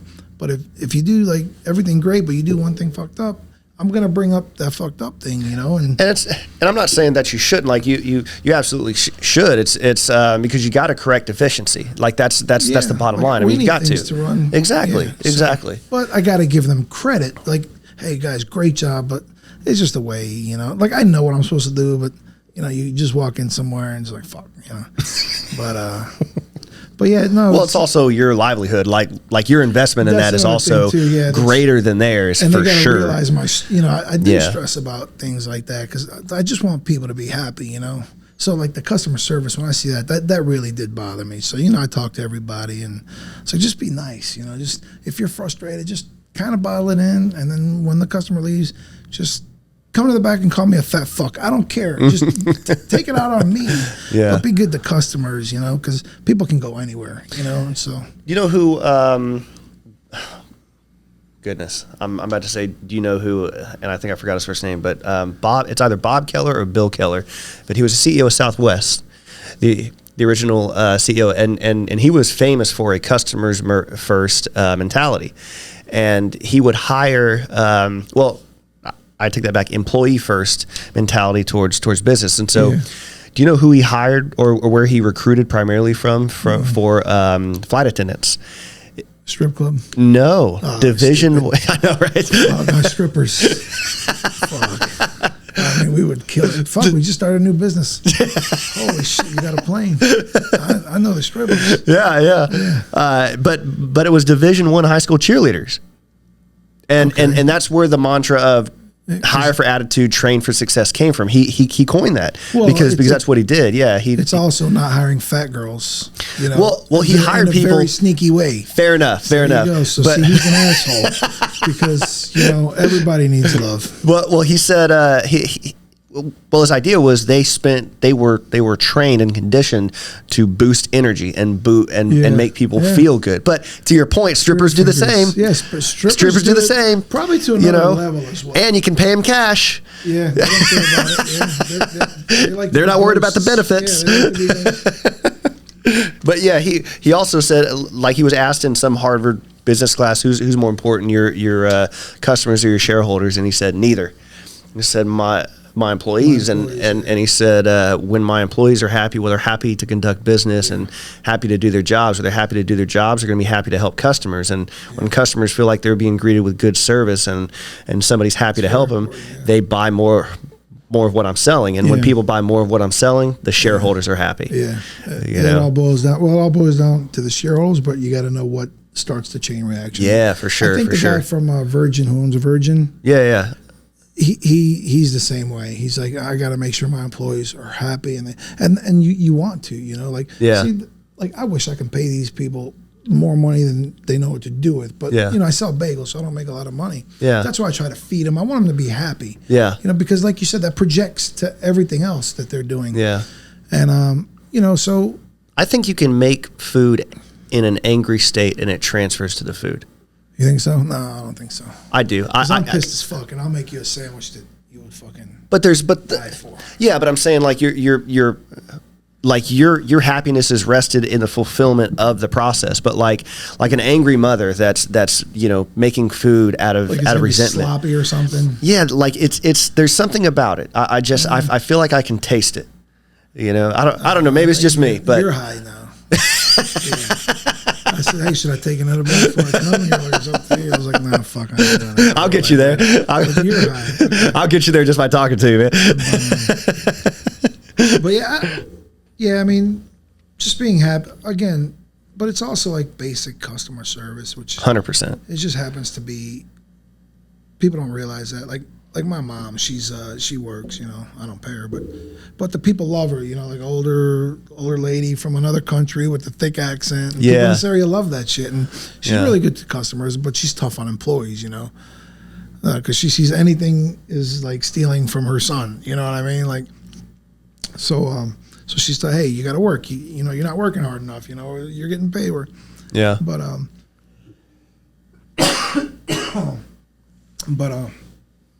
But yeah, it's about like I wish, like, I'm great with customers. She's great with customers, and they try. The employees try, but it's something where you get frustrated, and it just you kind of like my spot is run more like a family. Like we fucking yell at each other, and it's not, hey, no airing dirty laundry, and it's not corporate. I don't do the corporate thing. Yeah, I hate the corporate thing because everything's not standard. So as far as like trying, that's a tough thing. Like I said, I wish I could do it with money. And it's getting better and better, and so it's nice, to be able to pay a little more when you can, but it's more than that. Like, it's appreciation, So that's what and that's probably my weakness. So I try, but it's a good philosophy. Like, if your employees are happy, they're going to look out for you too. That's right. This guy cares about me. That's right. And but that's another thing about like the bar business.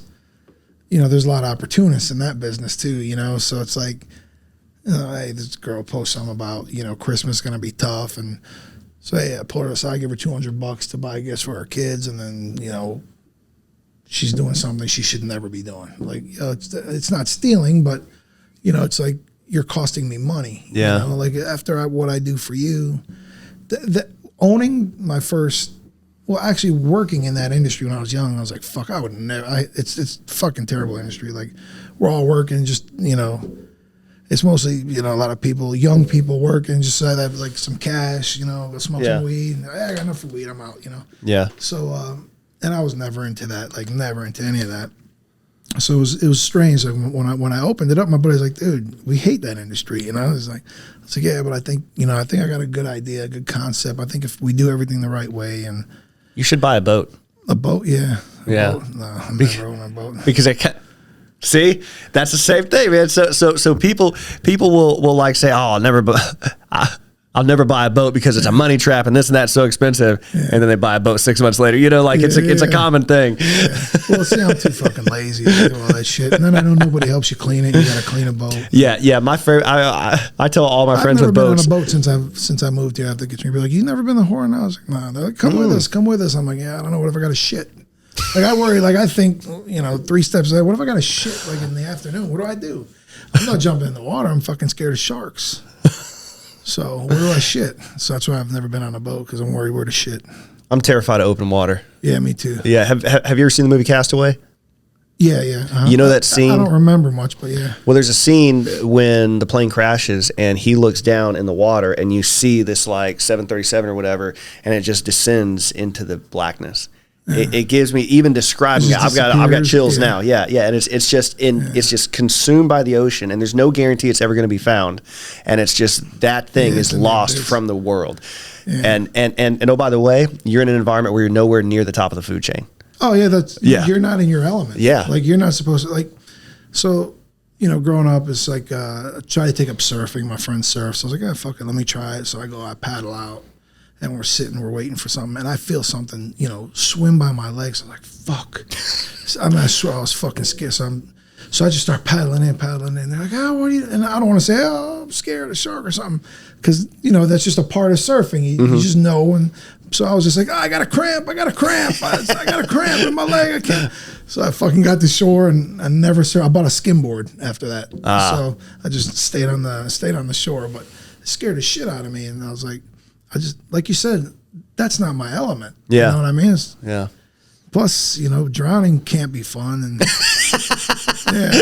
another time we're out in the boat, and it was down in, South Florida, and I was just kind of floating, and then I look and I drifted away from the boat, and now I got scared because, we're all floating together not far from the boat. If a shark comes, there's like 6 of them. But now I'm by myself, so I look up the boat, so I'm like, holy fuck. And I look down and I just see something silver, probably just a big fish or a barracuda maybe, just zoom right behind me. I was like, holy shit, hey, help, I got a cramp. That's my thing. I got a cramp, I can't. So the guy came in a jet ski and I held on. And I hate the fucking water. Yeah. That's why boats, it's cool, but where are you going to shit? And if you got to go in the water, it's... Can I pause you real quick? Yeah. I'm going to run the restroom real quick. Yeah. I think Do you have to use the restroom? I'm going to go after you in a minute.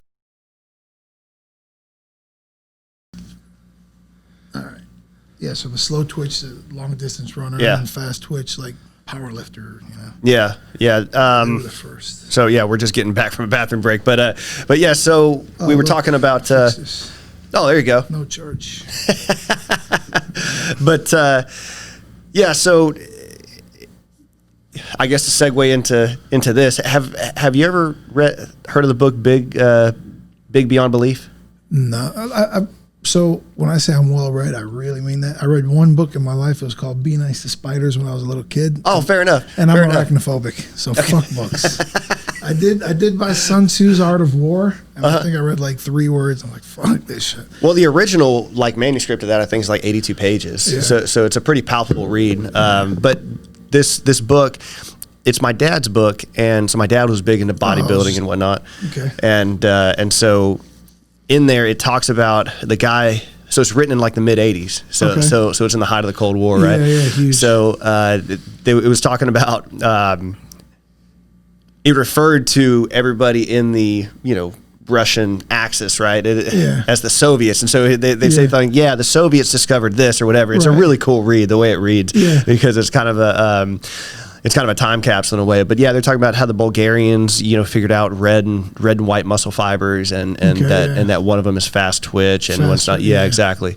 Oh, it's the Bulgarian, that kind of stuff. Yeah. But I mean, honestly, it's all like during that area, like it was all that. Yeah, it was all the Eastern Europe. Yeah, but yeah, man, interesting. But so your father was a weightlifter? Yeah, he was big like into a power lifter, or? He mostly did like kind of body sculpting that sort of thing, and then he he's a real funny guy, right? But he's got an aggressive, like it seems like somebody probably has to be both those things. Like, you got to be a really funny person, but then also have an aggressive side. And he worked a second job as a bounce or not a bouncer, but security at the Grand and Gulfport, and he absolutely loved that job. Really? Yeah, because I mean, you get stupid people in there, and you know, he'd have to come break it up. And one of his friends one time said the most dangerous thing that he's ever done in his life is got in the way of my dad at a fight. But see, I was never like that. Like, I was never. I went through a short period of like, kind of, I'd be downtown and I never got into a fight, but I was like just kind of hoping for one. Yeah, I was like, because I boxed a bit, you know. So yeah. But for me, it's like, so I was always like one of the strongest people around, but fuck, I never fought. But so you didn't have to if you're a big dude. Like, let's talk shit. I'm like, listen, I'm not fuck. I'm gonna let you get your ass whooped, and then I'm just gonna pull the guy off you. Because I don't know how to fight either. But like, I remember one time, we got into a fight. My buddy was just talking shit to some dude in the car as I'm driving, and then it's funny because the dude like turned around, blah, blah, blah, and I saw his lips. It's like a fat fuck. I'm like, fat fuck me, motherfucker.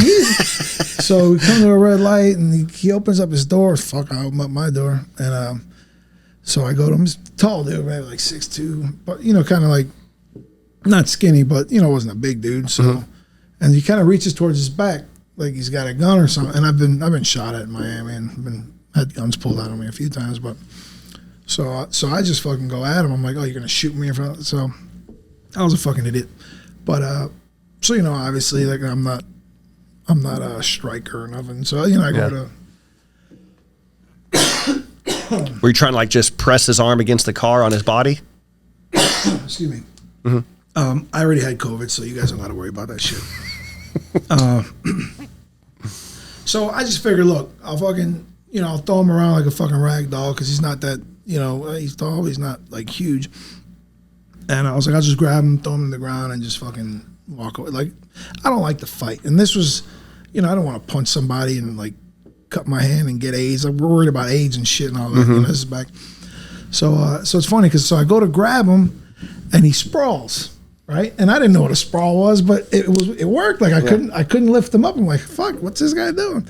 And he fucking eye gouged me, and then I finally just put a knee to the ground, lifted him up, threw him on the car in front of us, and then people were like, the cops are coming, And that was it, Yeah. But I hated it. Like, there's nothing. Like, what was the point? Like, I don't know. I just don't get fighting. Like, I understand, like, you want to protect your girl's honor or something like that. Yeah. But just to fight, like kind of hoping it, like I just never got into. I just never was into. Like, I'd rather make people laugh, Yeah. That period was a short period for me, and then I kind of got back into like training, and I realized like, I don't want to. It was your own insecurity that you wanted to prove that you were. I think so. Badass. Yeah, I think I kind of matured out of that. Like, I needed something to prove, and and a lot of people like that. Yeah.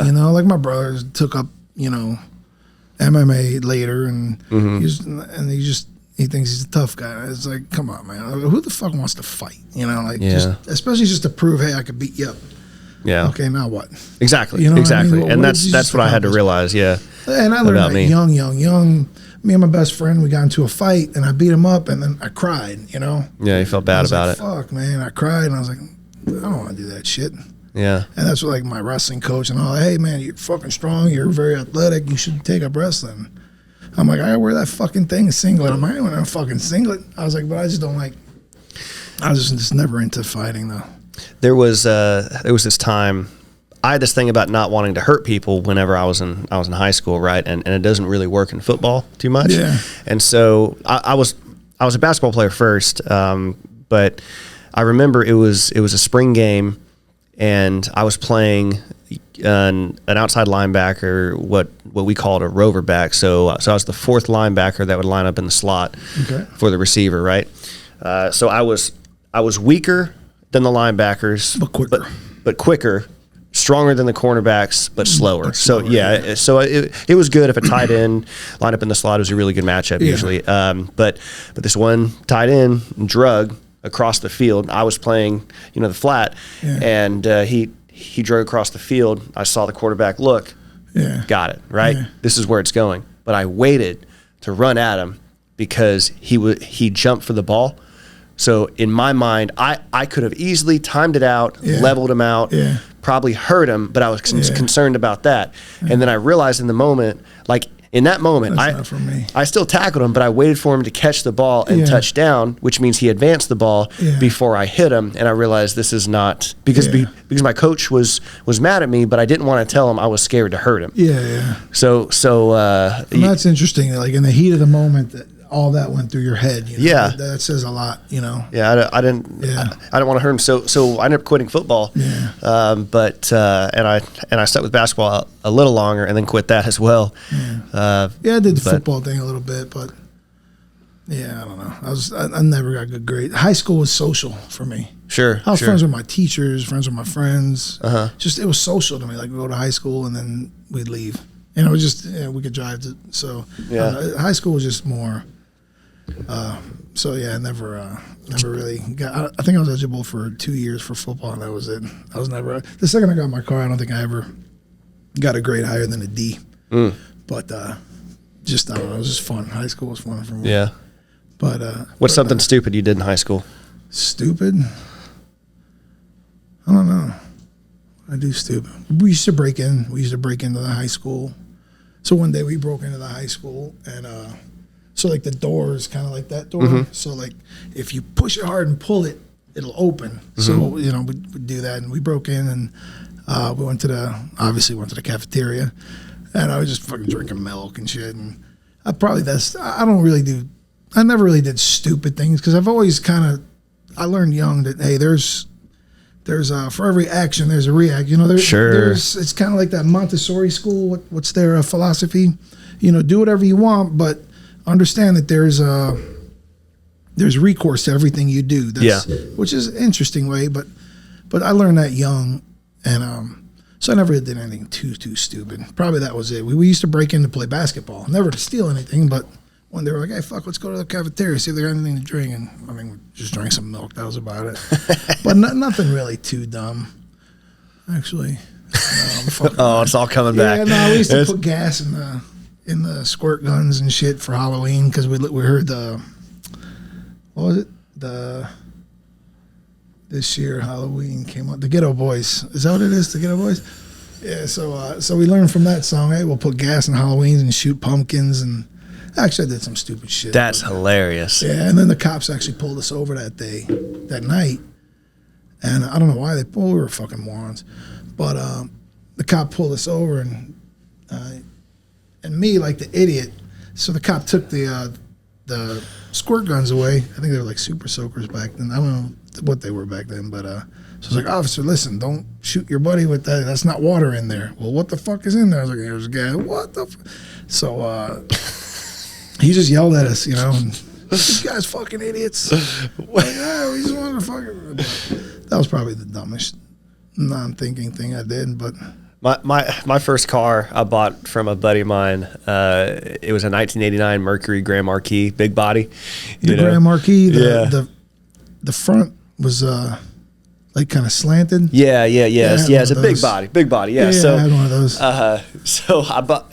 He wanted $250 for it, but I paid him $245 because I ain't no bitch, Yeah, of course. Yeah, But yeah, so we would drive. I would get off of work at Checkers here in Ocean Springs. Okay. So you were raised Yeah. Okay. And that car didn't have brakes originally. I had to work another 2 weeks in order to get paid. So so I was driving, holding the emergency or the parking brake release, and using the parking brake to drive around. So I'm driving like this, totally unsafe, but got the brakes fixed, and then me and my friends would drive around, and one of the stupid things I did, just drive through people's yards like an asshole. Yeah, we did that shit all the time. We would go on the roof of the car and see how long you can last. We were fucking absolute idiots. Like, yeah, that shit. Well, we did it one time, and we get pulled over, and where the intersection with the hospital is, right there, it didn't used to look like that. It was just a single, like, kind of four-way type of thing. And there was like a housing area. Well, that's now a housing area, that's built back there. But we get pulled over back there, and the cop's like, we got reports of a car driving through other people's lawn, and we're like, really? What's that have to do with us? I'm the one driving. And he's like, was that you? And I said, no, sir. He's like, what are you doing out here? I'm like, well, I just got off work. I was still wearing my uniform. And we just, I just got this car. I'm just kind of driving around. I'd had the car for a long time. And he's like, okay. And he leaves. And that was it. And so he drives off, and I look at my friend, and I can see that there's grass on the front hood. Right? Yeah. And I said, I got to get out and look at the car. Yeah. And I get out there, and there's like dirt, grass clumps everywhere. Like this cop just did not want to do any paperwork. That's the issue, It was the end of the shift. He didn't want you to admit it. Like, kid, don't fess up to this shit. I'm about to go home. There was one time where, so we used to bet on sports all the time. My buddy's dad would put in the bets for us. I mean, he was like, terrible example, but he was like, hey, what do you guys want to bet? Parlay, blah, blah, blah. So there was a time where we were just murdering. Like, me and him couldn't lose. We were hitting parlay, straight bets. And his dad was like, yeah, whatever. So he was kind of piggybacking on us. But it was Christmas time, about this time of year. I think I was 17. No. My father was, I was just 16. And we get pulled over. So we're driving, and then the cop car goes like this, so I go around the cop car. And then he slows down because he saw me getting behind him because I just was trying to go fast. And so he pulls us over. And I got about 5,000 cash on me, 16-year-old, 5,000 cash. And so the cop's like, I forgot what I did. I think I slowed down. I did some kind of fucking maneuver with the cop got fucking pissed. Like, just pulled us over. I was like, look, I was just trying to go your speed. We're kind of in a hurry. So he goes, get out of the fucking car, I was a fucking punk back then. So he puts me in handcuffs, throws me in the back of his car. He goes, it's fucking Christmas time. You're driving like an asshole.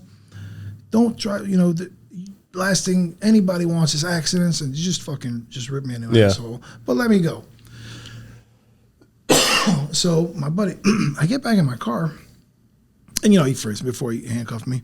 I get back in my car, and I'm like, my money's gone. I was like, this motherfucker stole my money. I said, George. I was like, this motherfucker stole my money. He's like, what are you going to do? I was like, he ain't getting my fucking money like that easy. He's like, dude, you can't say nothing. You're going to get arrested. I go, there ain't no fucking way I'm letting this guy steal 5,000. So I get out of my car. I'm kind of sheepishly walking over because I don't know what to do, but I'm not a punk. I'm not going to let someone take it. I don't give a shit what you car. And it's funny because during this time, it come out that the Hollywood Police Department was the most corrupt police department, like, in the whole state. It's Hollywood, Florida, right? Hollywood, Florida, yeah. So I just scratched myself. But so I go to the cop. I say, officer, I go, thank you for letting me off. I appreciate that. But did you mistakenly take my money and not give it back to me? He's like, what are you talking about? I was like, you pulled out my money. You said, what is this for? Because when he saw it, he's like, what the fuck is it? I was like, it's Christmas shopping, And I was like, I don't have it. He's like, you're fucking kidding me. He's like, are we really going to do this right now? Because he was just like, fuck, not going to make a police report. I was like, listen, I had money. I don't have it anymore. You had it in your hand. I gave it back to you. I go, I don't remember. I don't know where the money is. The horn starts honking. My buddy, I was like, one second. I go back. He's like, it fell in between the cracks of the seat after I got back in the car. So, like, officer, I'm sorry, but the guy was cool. But when he saw like the money, that's another thing. That was probably a stupid thing too. Like, I guess going back to the cop, I should have just taken the loss or what I thought was the loss. But thank God my buddy found it. It was just like, holy shit. But yeah, we did a lot. Now that I think about it, we did a lot of stupid shit. I don't know what the stupidest is. Yeah. Yeah. But when you're a kid, you're supposed to do stupid shit. Yeah, exactly. What I sell? So I bought a 98 Ford Probe for 2 10-inch Sony Explode speakers and $40 one time. Oh, really? Yeah, Shit. and then in Sunplex, it's buried somewhere in Sunplex because we used to GT 4 Pro GT. Yeah, Ford Pro. A good buddy of mine had a 4 Pro. Yeah. Supposed to replace the Mustang, but it didn't because it was front wheel drive. But we took it out there, mud riding, got it stuck, and then just crushed it with Jeeps. Just left it. Yeah. I mean, it cost me two 10-inch, Sony Explode speakers for $40. I mean, why not? You know what? The dumbest thing I've done was eat acid for Denny's. That was the dumbest thing I've done. Do what? The dumbest thing. I ate acid. I took acid, tripped on acid for Denny's. This one kid, he was an actor, like a kid actor. He did commercials, so he always had money. He was younger than us. He was 15. And but he had money, so we always, hey, you want to come hang out with us? He buys everything. He's like, Oren, I'll buy you whatever you want from Denny's if you trip on acid with us. And again, I was never into drugs ever, like through high school all the way till. What was that like? Just not being into drugs. No. Being on acid. So I take like what was half a hit. They're like, here, take half a hit. I took half a hit. I didn't feel it. Give me another half. I didn't feel nothing. Give me another. It's a classic acid story. Come to find out, they're full hits, and. It just hits me like a ton of bricks, and I'm just laughing like a motherfucker for like. And I'm with my buddies, and we're going all these places, and I can't drive now, so they're driving my car. I had an old '77 Seville. It was a hand-me-down. It was the first car, so we're all piled in, just driving around. We go to the Grand Prix where the video games are, and I'm just laughing. It's just so fun, and then we go eat, and I'm just fucking. I order like $60 worth of fucking food, just eating everything, and we get home, and my dad comes home, and I'm sitting there. I'm like, holy shit. I look in the mirror. I got nothing but pupils, just all black. I'm like, holy shit. So I'm sitting in bed watching something, and my dad comes home, late night, plays poker, comes home late, and he sits on my bed. He's like, what are you watching? Oh, no, I'm trying to just keep it under control. Chill. Like, fuck, I'm laughing. He's like, well, that's not even funny. What are you laughing at? Oh, no. He's like, okay, I'm going to sleep. So he went, and then it became... Like, when I closed the lights and went to bed, it became a bad trip. It was weird. Like, I felt like ants crawling on me and shit. Oh, shit. So, I gotta just scratch myself here. Come to find out, it was like 3 hits. So, it was like, really, like, he should have never given me that many hits. And, but it was interesting. I don't think I'd ever do acid again. It was weird. Like, we're driving home, and we're dropping everybody off, and it's just me. And the 15-year-old kid, so it's just me and my neighbor, and he's like, I'll drive. I'm like, no, you're more fucked up than me. So I drove home, and I'm going like 15 miles an hour, and I'm thinking I'm going 1,500 miles an hour. I'm like, holy shit. And then a guy on a bike passes us, and I just start freaking the fuck out. I don't know how he didn't get it. It was crazy. I was like, we're going 1,500, and this guy just passed on a bike. It's just fucking crazy. Like, it was nuts. But that had to be the dumbest thing I ever did. Like, I'm food motivated, so you can get me to do that, especially for as much Denny's as I want when I'm fucking 16. I used to love food bets with employees. Like, I'll give you $20 if you can eat 20 cans of Fiesta sausages, shit like things, that. Yeah. I love doing that. And then the cracker thing, like, hey, can you eat X amount of crackers? So one guy, I thought I killed him. He was this young guy on my shift in an air traffic control tower, because my latest trade is air traffic control, right? Yeah. But we were talking about hot things, and I have a palate for very hot stuff. Like spicy? Yeah. And we were talking about Buffalo Wild Wings, and I always get like wild, and then wild is one below blazing, right? That's usually what I get. And he's like, I can eat blazing. I was like, you can eat blazing, and he's like, yeah, no problem. I was like, okay, bet, so I was like, if you can I'll give you $50 if you can eat the like 20 blazing wings. Yeah.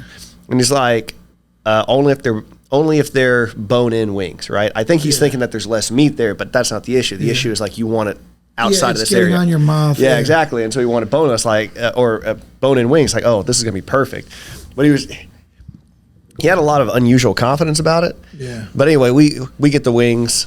He's there. He gets through like 4 or 5, and like his body starts reacting. Oh, so it's that hot, their wings? Oh yeah. Blazing's crazy hot. And then at 6, like he starts like his he starts shaking. Yeah, exactly. It was like, oh my God, I killed this guy. Yeah. And he gets to like he almost finishes like an 8th one, and he stops. So he loses the bet, but me being the cocky asshole I am, I ate the other 12 right in front of him. Yeah, something that was hot flavor. Like if it's spicy with flavor, it's good. Yeah. But people go too far with that. Like, hey, what's the hottest you can?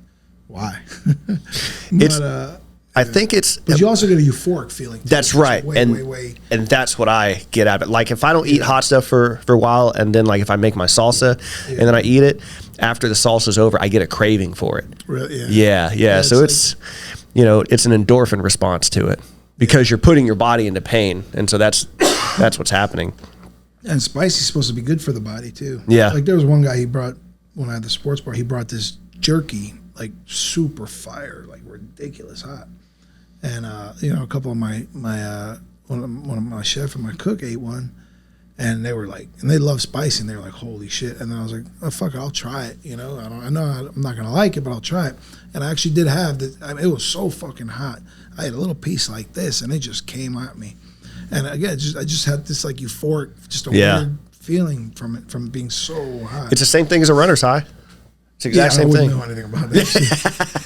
That's the one thing I wish I could do is run. Yeah. I even bought I got a subscription to Runner, the magazine, and bought the good shoes. I can never, and I always see how people are like, it's cathartic, like when you get into a zone, you just run, and you're free your mind, which, I could see. Like I got that from lifting, I enjoyed that, but Yeah, you found another avenue for it for sure. Yeah, I wish I could run, but I just don't. Fuck it. But it's interesting. So you were raised here, yeah? Yeah, yep. Okay. Yep, raised here, and then I hung out with Zach a lot and his family. And as a matter of fact, one of his uncles actually teaches in this gym. And then one of his cousins is the one that operates this gym. Oh, okay. Yeah. So here's a story about Zach. He's a little asshole. So, he was my beer rep, and this company that he worked for, so there's two beer distributors here, and they're fucking idiots because it's a competition between each of them. Mm-hmm. You know what I mean? Like there's not enough beer drinkers for two, but it's always a competition. Which one of them they really don't give a shit, But the other one, it's like they're trying to just bury this other company for whatever reason. I don't know. Yeah. So when Sweetwater came to town here, I had 44 taps, 43 taps. I built a huge tap wall, and then I had more on a beer cooler. So I had 44 taps, and so Sweetwater come to town, and then they said, hey, if you want Sweetwater, you got to take away a few of their taps. I was like, well, they only have 10, and you have 23 on my wall, plus whatever these extra ones are just whenever we have extra. I was like, we have enough. I was like, don't worry about it. I was like, this is a bad. They're like, no, we have to take one of their taps away. I said, look, that's not happening. So Zach's like, I said, Zach, that's not happening. I was like, you're being ridiculous. He's like, okay. So one of the main guys come and starts talking to me, and he's like, hey, well, look, Oren, we've been crunching numbers, and these are the numbers that we have. I was like, well, I don't care what numbers you say, Mm-hmm. I was like, and I don't really, because you don't know what my other numbers for my other beers are. Sure. He's like, we don't want to cannibalize our own taps and blah blah blah. I was like, look how many taps you got. This doesn't sell for shit. I go, these 10 taps that they got, they're all decent sellers. I'm not taking one of their taps. I said, it's not happening. I was like, the first thing you should ask me is what is your least selling beer, not who's one of theirs, just in general. So he was just like, okay, well, we're gonna have to stick by, and I was like, okay, just give me bottles. Fuck it, I don't want the taps. Just give me bottles. He's like, yeah, well, we're probably not going to do that. I go, oh, really? Is that what it is? I said, okay.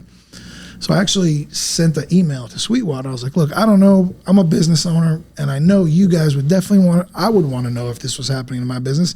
But this distributor that you picked, they're not selling your product. I said, my restaurant it's the restaurant with the most taps in the whole area here. It's a sports bar. We're very popular. And I'm trying to get yours, but they refuse to give it to me because I won't take one tap from another distributor where they have easily 30 taps where we can take. So I sent an email, nothing, sent another email. Then boom, I get a call from them. Was it Zach? Actually, Zach. Oh. No, Zach comes. He's like, dude, I can't believe you're a snitch.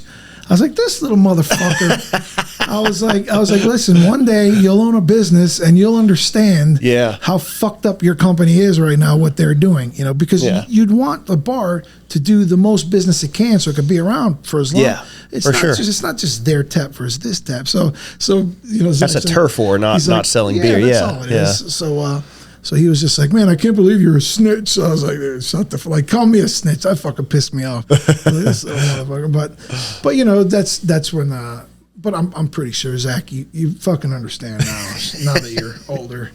But he's also with a different company now. He's with a much better company. company. Yeah. Well, no, that company's not. Well, it was rented. Well, anyways, so the CEO of Sweetwater ended up, you know, calling this distributor, and then the second guy in charge comes to my, I'm blah, blah, blah with this. And I'm like, well, I'm busy now. It's Super Bowl Sunday. You're going to have to wait. Like, I don't know who the fuck the guy was. And he was like the VP. And he's like, listen, we want to apologize and start on, you know, whatever. We want to brush whatever we had under the bridge. I was like, we didn't have shit. I said, you have a problem. I said, I don't have a fucking problem. That's a y'all kind of thing right now. Like, you know, I was like, I want to buy something from you, and you're saying no. So then the owner of the distributor and then the vice president of Sweetwater actually came to the bar, you know, and so the dude gave me his card. He's like, listen, any problem? He's like, whatever you want from Sweetwater, you let me know. You get whatever you want. And, you know, the owner apologized and all that, and it was just a shitty way to do it. It's just a dumb fucking way to do business. Yeah, it's not a good long-term strategy. I mean, they're just bumping heads and not worrying about, you know, the collateral damage, which is your customer, which is paying you, you know. Yeah, so, exactly. But we ended up pouring like the first Sweetwater in the state of Mississippi. So, that's cool. They took a picture, and or at least that's what he said. He could be full of shit. But that's what he said. So, but yeah, that's when. But yeah, Zach, like I said, I had basketball goal, and he'd always shoot, and so he's pretty good. Yeah, good athlete. Yeah. When I had him on the podcast, one of the first things we talked about was that. Watching Zach play sports, so he was a grade older than me. So I always got to see him play. He had a different like. Was he ever skinny? Yeah. And not that he's just fat. He's just, no, you know, he's exactly. He's but he was always very strong, very well built, a lot of power in him, and he could. You could see it in his eyes through his football helmet. He could turn on some crazy amount of focus. And in his own words, he just kind of realized that while he probably had the mentality for it, his body wouldn't grow any bigger, right, you know. And so it was really hard to he compete. Had the killer instinct, just didn't have the the God given. Now his brothers. Have you met his brother, Anthony? Yeah, he's got one brother. Yeah. And he's a big dude, you know. Yeah, he's always well built, you know. But I met him. Yeah, I just met him at the Peter Anderson Festival. So oh, okay. He seemed like a nice guy. Yeah, he is. They've got the same kind of laugh that you know what's funny? They look exactly alike in their face. Yeah. You notice that? Like exactly 100%. Like, I didn't know who the guy was. They look like their dad too. Yeah. Yeah. I didn't know who he was, and then they're like, "Hey, this is Anthony," and then I'm like, God, I know this fucking guy. and I'm looking at Zach's face. I just couldn't. And then when he said the last name, that's when he's like, "Yeah, you know my brother." I was like, "Oh fuck!" I was like, "Fuck, you guys look identical." Like, it's crazy similar. Yeah, it's crazy. Yeah. And I think he's a year or two older than. No. I think he's. I forget. I don't want to botch it. I think he's older. Yeah. He's definitely older. I just don't know how much older. But yeah, it's a funny story. So I don't know if Zach knew that story. I probably did. I was like, dude, what the fuck are you talking about? I was like, this little motherfucker call me a snitch. Well, he's the one that recommended I talk to you. Yeah, he shot me a text. It's funny. Like, he shot me a text. Yeah. And I'm glad too, man. This has been fun. Yeah. This was definitely fun. But I don't know if we covered anything that was, important, but yeah, it was a nice time. Yeah, man. Well, do you want to give any information out about your restaurant or? Well, yeah, it's just I don't really care, but it's I'll put a link to it in Little Market Bagel, Little Market Deli and Bagelry, and we're in Ocean Springs, and it's like a legit bagel joint. And where's it at in Ocean? It's right in downtown. Okay, it's on Government. It's not or on Washington? Government. It's on Belandi. It's a little road that runs to the City Hall. Okay, From City Hall that runs straight into Chard and Government Street. Mm-hmm. So yeah, we do like boar's head meat sandwiches. Like I always want to do everything like better quality. So. Yeah, I was going to say this earlier. It seems like your recipe for success, or what you're trying to achieve, is you're trying to deliver high quality to everybody. Yeah, exactly. That's what I want to do. Yeah, and it's just like in every aspect, even in the gold business.